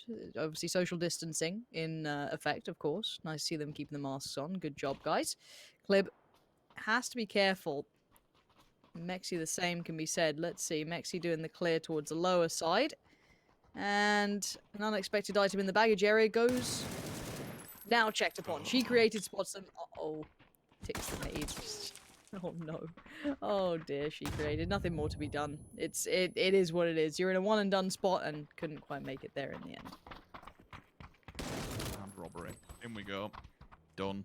Out. Rather unfortunate, but when you're a solo man like that, what else can you really do? You can try and hide away, but it is one of those moments, and it's hit or miss, right? You do have to get that one player down. You've exposed yourself. You have to make sure he goes down. You have to make sure you get the flush. There's nothing else you're really doing about it. Circle keeps a tiny bit of water in play. Oh, look at that. Nice bit of reflection as well. All just laying down, praying for dear life. And again, it's really because you've committed to that area. You've now got to stay your feet. Unfortunately, you ain't going nowhere. Everyone else just has a full eye on you. So lay down, pray for the circle, pray for the late game, more importantly. But the even bigger downfall is that when teams do get close, Lauren, we'll get the same scenario as what we saw happen with Raise Your Edge in the previous one. Those ditches, the trenches become a real issue, especially with the grenades. If you're all just lined up, it's a very easy set of circumstances to run rampant on teams. BSD making the run, seeing how far the Wildcats can get here. It's going to be a bit precarious, but let's see what they make of this one. Bear in mind, getting in towards Blaze territory, and they're probably one of the more primed people on this circle with bystanders as well. One more towards the north, which is obviously Blaze, and bystanders towards the south. But good positions nonetheless. In towards the forest they go, but the forest dwellers of FaZe on the other side. So Fuzzface has probably heard these vehicles or got a good idea that someone could have pulled up here. Yep, spot on one. SLR could have switched to. Nah, happy enough with the barrel because this man can control that. No problem for old Fuzzface as he looks back in, sees if he can find anyone else. The smokes or nades. If any util comes out, he'll probably spot that. Seen smoke go in, bit of damage comes through. That's from Blaze, so maybe misinformation, but the rest of FaZe is going to turn up now. So Levant's in a bit of a bad spot here.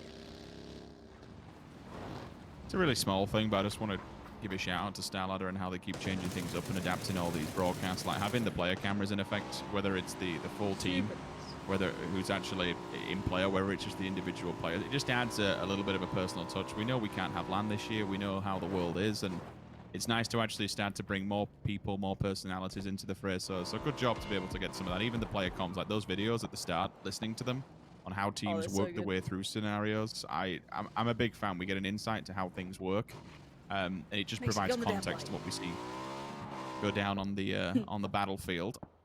Okay. That's not what you want to see behind you. If Liquid turns around and sees all Na'Vi, it's like, oh, run, run.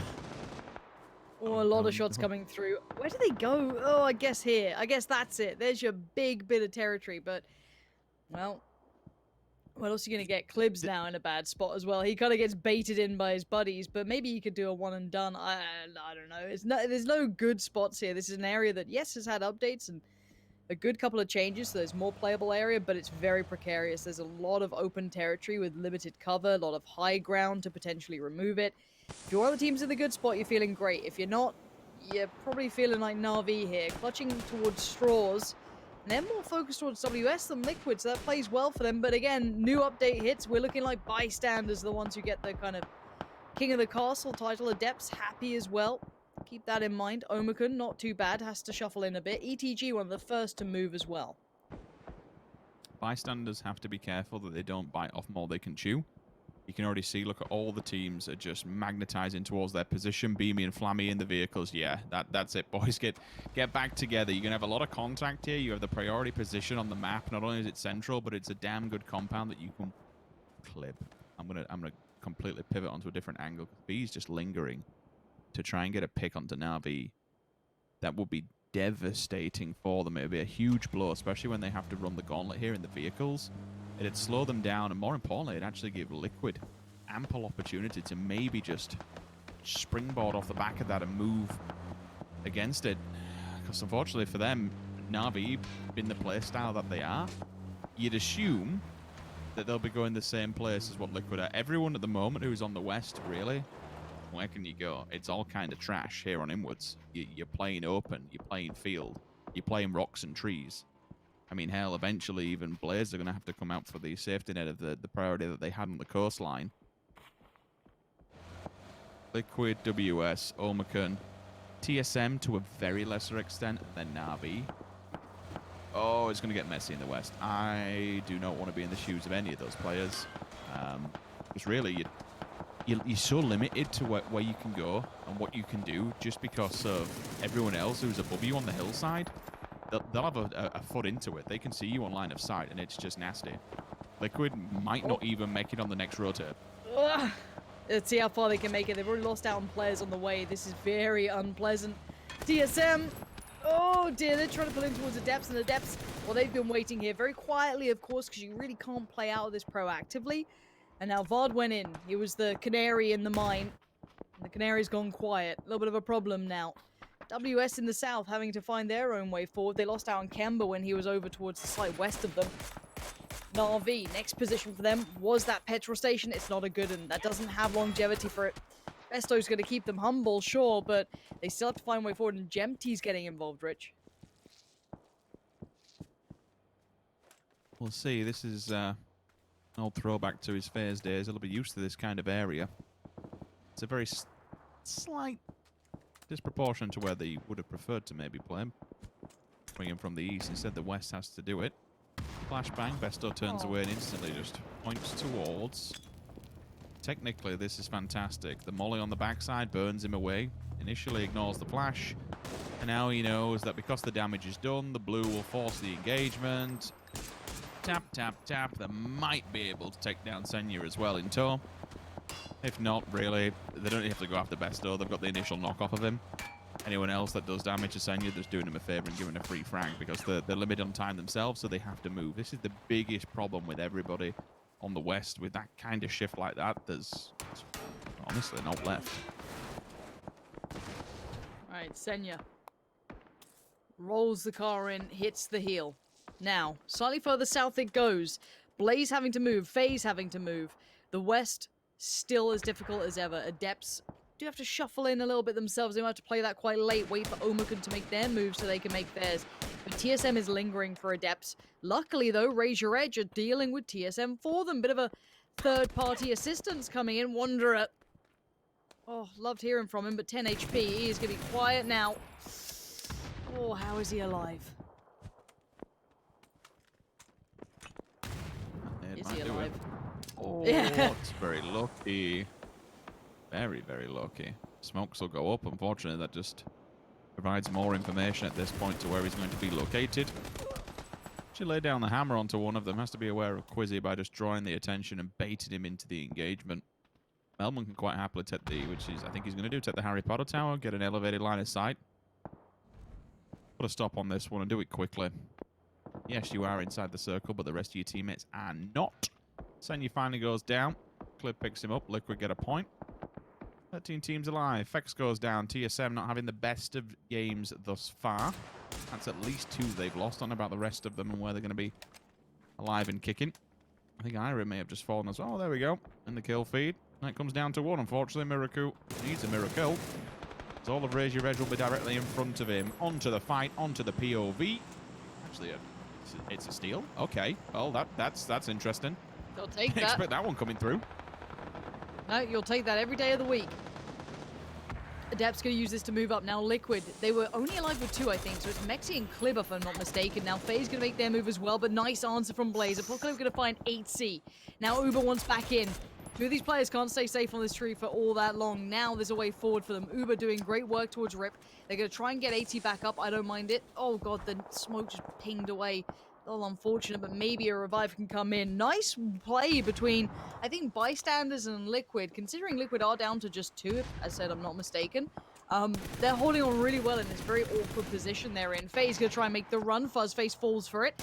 Gustav there to one back onto Thunder. So many fights on this northwest side. Keep in mind, ETG are in the circle. They are safe, so they could fire away from afar. FaZe shifting further towards the northeast. They're running that hill line. There goes Blaze. Exactly what they needed. Now, FaZe are free to make their move. It's on towards ETG, the next target of focus. Code Marco a little bit further ahead than the others as the revive comes in. Puts down Util, tries to buy time, tries to help out the buddies. Molly comes in, hinders any step they take, but Gustav's fallen. 8C gets the trade. Big kill from 8C, but there's still plenty of threats. ETG are back on their feet. I'm going to make a go with this one, and why the hell not? play this fight out, and doesn't happen, actually. Forever and Youth. Good work, boys. Taking down Face Clan. That's a large scalp to remove from this spot. We know they've played it time and time again. It does give you an anchor point to be able to work with, but look at Shift W. They're actually going out towards the blue to get a lower and deeper angle on this Zocker. Chris, the Death Squad is turning up. They're at the door. There's 2 players who'll be able to look into this one. Thankfully, there's a bit of a stopgap. Youth comes in with a banger of a shot and knocks out Kill-Yukai. Now it comes down to Chris to maybe just hold that deeper angle. But I tell you what, this utility, if it finds its target, this is going to be devastating. But there's a return. The long ball comes in from Zocker. Youth is silenced for now. Just kind of puts a drink on the floor for anyone else who kind of goes by as a peace offering. Marco forced to react. Chris finally moving into this, but the rest of them do have to stand their ground and take this fight. What the hell? Fresco? What are you doing? What? I know you wanted to help, but now Forever's got a chance. ETG a little bit confused, a little bit baffled. So's Brexico.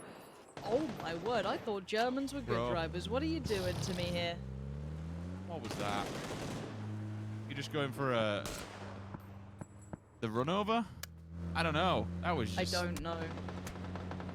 Try to do something, but Forever gets away. But it feels like only for a mere second, pulling up to where Senya basically died. We'll call that Senya's little green car.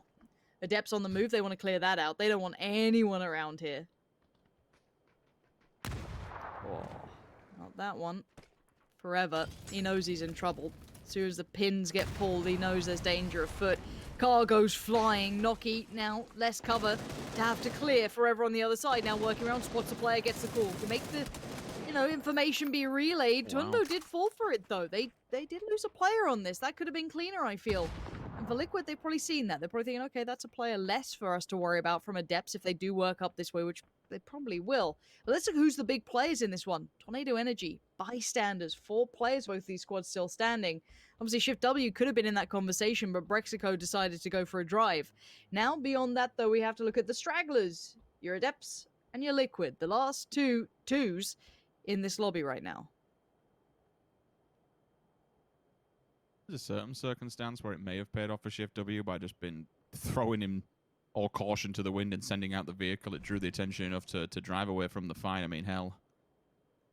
Could have been in it, going back into time and playing for Brazil back in Korea at that point with that kind of driving. Straight out into the blue. Job done. Zocker's actually Please inside the circle remind now. me of that. We have to go back, Marty. Levent is actually No. outside in the north on his own. So it could be problematic, especially with the all of two-tap. Shift W.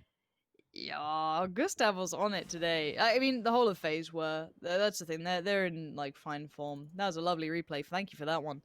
You don't often get to, it's hard to appreciate some of the mechanical ability these guys have, but when FaZe are banging shots like that, you can understand how they're doing so well. For Shift W though, this is a big opportunity for them on the leaderboard. I hope Levent, the one who we just touched on, doesn't snake his way in and just stab Zocker in the back, because then that takes them down to 50% of their roster and really puts a lot of pressure on Kill and Chris to get the job done, especially with Liquid having... It's not necessarily a compound, but it's hard cover. It's better than absolutely nothing, but it gives them options. It gives them an anchor point to work from. I mean, hell, if there's even a vehicle in there as well, then it really gets dangerous for Shift W to play off the backside of that. Unfortunately for Depths, they've gone the wrong way. Of all the places they could have arrived at, they decided to take it to the cliff faces, where you will see several teams lingering. Now, the question, look at that instant snap by Alia. They clearly have made note of Bystander's position, and he had a look. Shift W moving It's up. quite good from Adepts. Excuse me, it's a knock-on effect from Adepts, not quite good from it. Knock-on effect by shooting into this, that the Bystanders might decide that they want to try and third-party into Tornado Energy and get rid of them, take them off the front porch. I think that even applies to what we're seeing from Shift W as well. Levin's been found by Bystanders. That actually helps out Shift W substantially. Noki's still alive, but you're right. That knock-on effect does change how the final circles tend to play out a little. It creates room, distraction. Philo goes down. That's the flush that we saw start so long ago. But Shift W basically claimed the northern portion of the circle. Those 3 players now with Zocker, with the final player from the Wildcats gone. I think it was Levin. it does open up to being theirs, but Bystanders are the kind of big boss of this one. Tornado Energy are in the south, and now they have to move in. Same for Liquid. Not an easy run here. Circle favorable to Shift W. No one behind them at the moment. Probably shouldn't be able to get there throughout the long game. With the vehicle they can use for some kind of cover. Stick it up against the tree. Something to work with. It's better than nothing. It's limited, but it's something. Noki going down takes us up to 4 teams remaining. I believe all 4 players of Tornado Energy are alive and kicking, which is pretty damn good. Even better when you're knocking out Clip. Big Fragger loses his scalp. Mexi, next one to try and step it up to the plate. What can you do, Mexi? You gonna hit the res? Are you actually gonna try and hit the res? That'd be devastating. Beamy finally does go down. Clip and Mexi get burnt to the wayside. What a molly and a half. Right on the corner, it finds its target. And now next point of contact will be made. That's the opener that Tornado Energy potentially needed.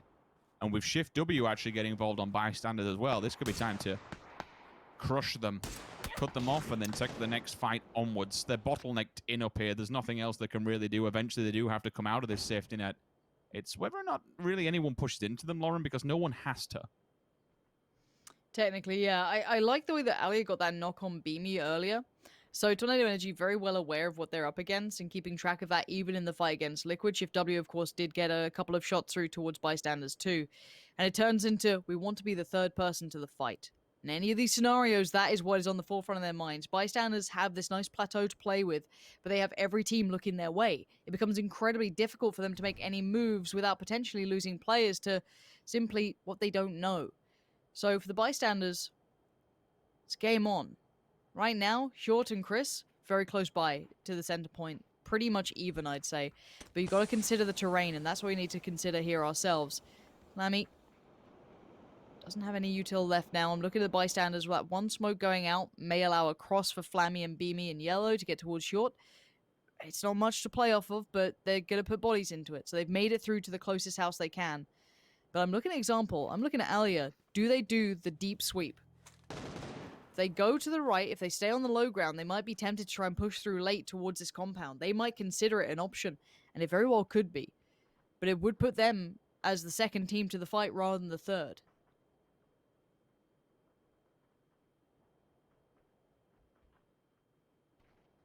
This tiny opportunity that you just play for a minimal amount of time and stay inside the compound and hope that Tornado and Energy and Shift W actually open up onto one another. I mean, if I'm bystanders here, I actually swing this low. Why bother running out into the opener? I try and tackle, personally, Tornado Energy head on. That could be the perfect opportunity to do so. You know what? Beamy says, whatever. I'll just crack on at both of the teams. Let's get stuck in here. One falling from either side. This is going to really spark this fuse. This powder keg is about to implode. Beamy going down from Example. Now Example wants revenge. His comrade has gone down at the wayside. There's a second one to fall as well. This will be a devastating blow for the bystanders. That's big damage. That's going to do so much work for them. Even if they don't get more kills, that's a lot of points. Yellow and Hjort now become the attention of everyone in the lobby. Shift W trying to play this out as well. Everyone's piling in towards the bystanders. They were too late to move, and now they get punished. But they did look good for a second or two there. They did some damage, but welcome to the big leagues, boys. You're against Shift W, you're against Tornado Energy, and yes, they haven't had the best of tournaments. Well, Shift W maybe, but Tornado Energy haven't, but they are still some of the best there is. Quizzy watching that edge of the smoke, see if anyone would dare come through. The spray from Melman. Got to be careful on the reload. Hope no one makes the counter push. Gilliakai, though, getting close. All of these players, there's 8 players by this tree, basically. This is insane. The amount of smokes. Vision is everything. Information is everything. They're going to hit Pronins. Go for the spray. That's Short gone. That's Gilliakai on the board. And now suddenly just one of the bystanders, just Yellow, right next to Melman. Goodbye. We're down to 2. Quizzy, look at that flank, though. If he's around the back of them, he could do some serious damage. He's in amongst Shift W, but this could go either way. Both of these teams down to so few players. Zocca, Gilliakai surrounded. Quizzy sprays. It's still Gilliakai. He's in the blue. Zocca still staying alive. Melman goes down. Shift W just about pull it out at the very end there, but these teams are fighting so hard for this. How long has it been since we actually saw a circle that encapsulates to the very final few players? Like we were talking about throwbacks and so on and so forth. I can't remember since we've seen such a close combat circle where players are literally within throwing distance of one another. That is just insane. What a fun set of events we've had today. Congratulations to Shift W. Like, as if they needed any more points, as to round off today. The better side to that one, I know Ens picked up a couple of frags along the way, but they went out early. If we're talking about placements and we're talking about cash, that only helps them out and potentially actually rounds them up in second place once this weekend's all said and done. What a fantastic weekend. I mean, you've come back for the right weekend, Lauren. It's been a fun one. Thank you, PUBG teams, for the welcome back. It has certainly been a treat, and I can't wait for the next time we get to dip back into this, because clearly teams mean business. We've seen pickups from teams who've been underperforming. We've seen the old giants returning to fine form, and some of the newer gods looking a little bit more mortal. But for now, to wrap it all up, to give you the lay of the land, is the boys to break it down. That's right. Holy shit, what a finish. I cannot believe what we just witnessed. Very, very close, down to the wire. There was a million smokes everywhere. Shift W gets the win. They're going to be solidly in second place, and that makes it all the more fiery. But Martin, what an end to this game. Absolutely love these special kind of curveball wins. This is the longest I've seen, and I think all of us have seen for a very long time. We went to 31 minutes and 30 seconds, and it's kind of failing a little bit there. Unfortunately for them, it didn't pick up as many points as they wanted to, and makes it with some nice shots there as well. Overall, what a fantastic game, though, guys. Shift W here being able to come out of Stalba and get into this game with an absolute amazing end game here. Super well played, positional play from them as well. Also, Tornado Energy finally with another great game from them today. Good to see that they're able to pick up a lot of kills. Bystanders, though, they have to be the guys that I've been most impressed with today so far. Yeah, Toby? I think, anytime we get a game where once we hit phase 4, there's quite literally only one team inside a compound and everyone else is fighting the open. A vehicle's been abandoned long time ago and you're just fighting on foot. Like, this is the Erangel equivalent to Sanok, but with proper vision. And, was that Braxco being upset that we gave Tixu so much credit for the buggy flying around in the air earlier, and then he wanted to see if he could replicate that?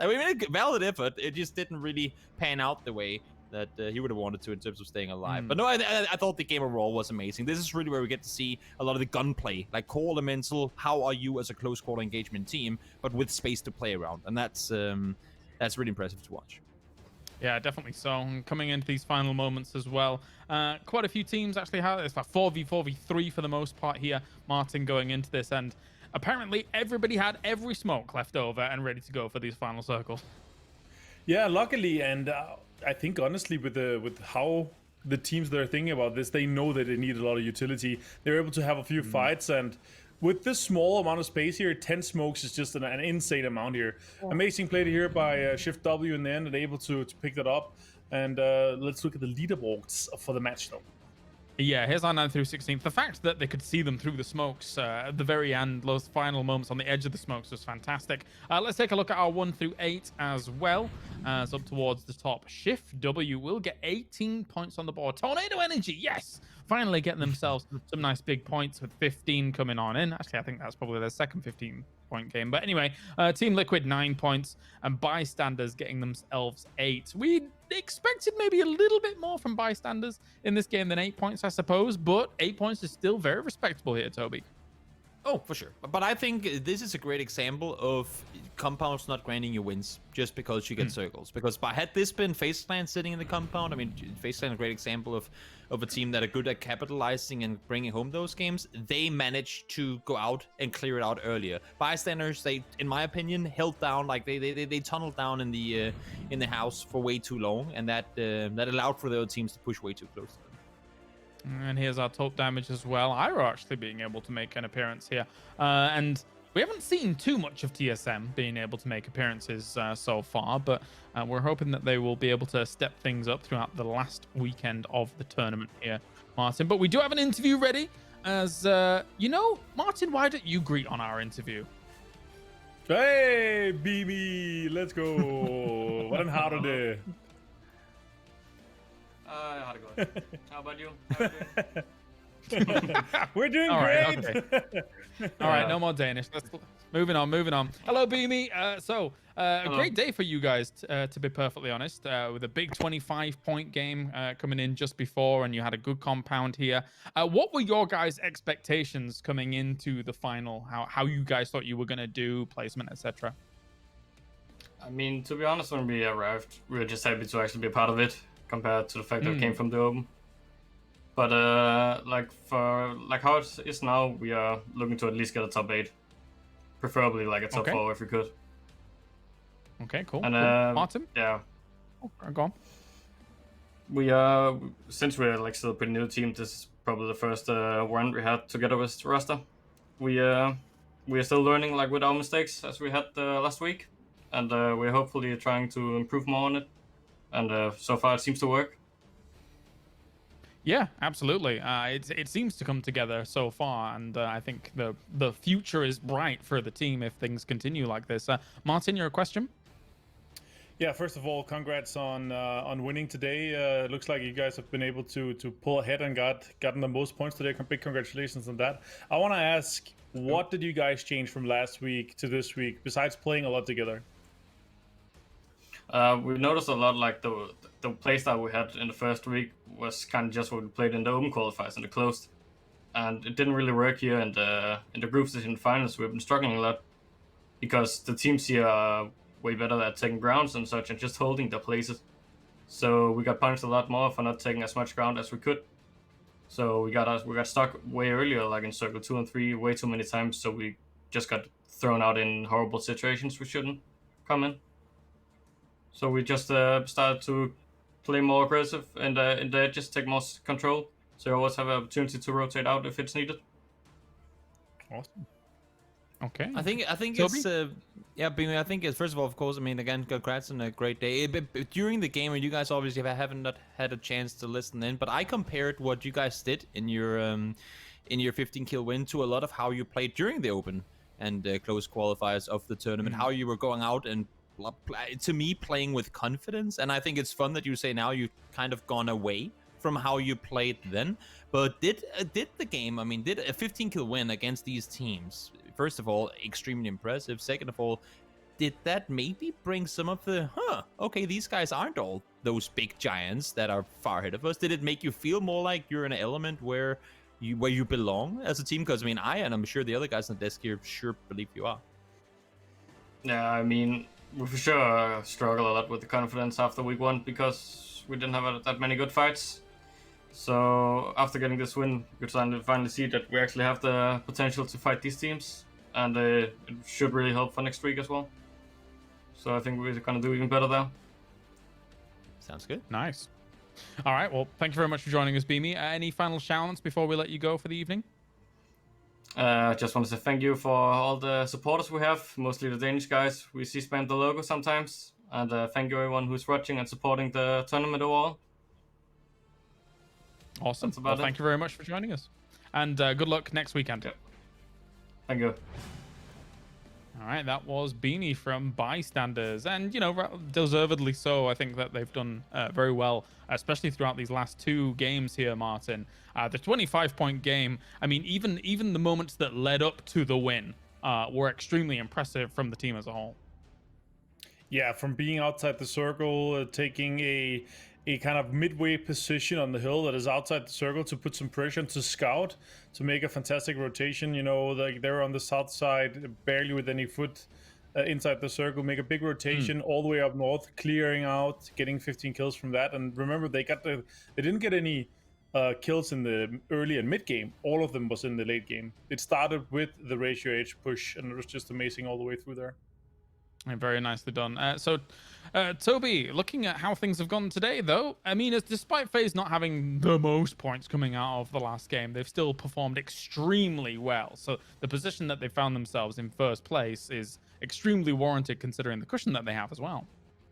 Oh yeah, I mean, for sure. When you get yourself a win and a third place to follow the 1-point game they started on, that's always gonna be amazing. But of course, I mean, when you're only playing 4 games in a day, having a 1-point game is gonna drastically reduce your overall. Like you have room for more. It sounds you have room for more bad games. Bystanders had the most points today. Damn, That's amazing. Wait, look at that. Wait. Damn. Who picked Navi for today? What's unfortunate situation for that? I don't get an unfortunate situation. That's unlucky. Wait, look at that. Omaken and Liquid is 3 and 2 points behind first. James. Damn. That's a virtual high five right there. Yeah. This is. I mean, I'm not even mad about picking Navi because you guys could have done it as well. But the fact that Navi, I mean, it just goes to show how absurdly high the level of play is when a team like Navi, who has been dominating, has a 3-point day. That's less than a point per game. That is absurd. Like straight up absurd. It should never happen. I actually think I know why. Tell us. And it's now we're pointing it out. It's also what Ibi said yesterday. I think the teams are slowly realizing that there's a lot of space on the edge, and Navi's been playing extremely well on the edge. And then more teams play edge, and then Navi being a very, very late edge team, there's no space on the edge anymore because there's already a team kind of occupying that space that they would usually try to get in, and they get even later in. Yes, they've also had some very lucky and unlucky circles. Unlucky circles today, some lucky circles before that, but they've been playing very well on the edge, and I think a lot of teams pick that up, especially from day to day and week to week. So I think that's why they had a really strugglesome day today. That would make sense. That would make sense indeed, as all of these teams, they're going back, they're analyzing what is going on at every single avenue, every single game. Here's our champion. Oh, jeez Louise. Okay, well, you know, guys, there's a relaxing 75% there for FaZe, and I mean, who can blame it, to be perfectly honest, considering what they've done so far? But that does also mean there's 25% chance of them not winning, so everybody else can share amongst themselves. Yeah, this is any coupons in the chat maybe for the guys that wants to pick FaZe, and then that's gonna be easy peasy points for sure. I mean, I already picked FaZe. They're looking amazing, so I already put a coupon on that. But I would probably I have 2 spare. Just in case some teams, you know, it's the deadline is tomorrow. Just in case some teams really wrap up and have a really great weekend here. Some teams had, but I'm still pretty confident in my coupon votes here. Yeah, it has been a great day, and that will conclude it for this weekend as well. So a huge thank you to everybody tuning in around the world once again. Next weekend, we are back to conclude the tournament as a whole. That will be the final 2 days to see who's going to become our PCS2 Europe champion. So will it continue to be FaZe, or will some of our other hungry, feisty dogs be able to claw their way to the top and topple them off their pedestal? We will be back then, same time, same place, next weekend. We'll see you then.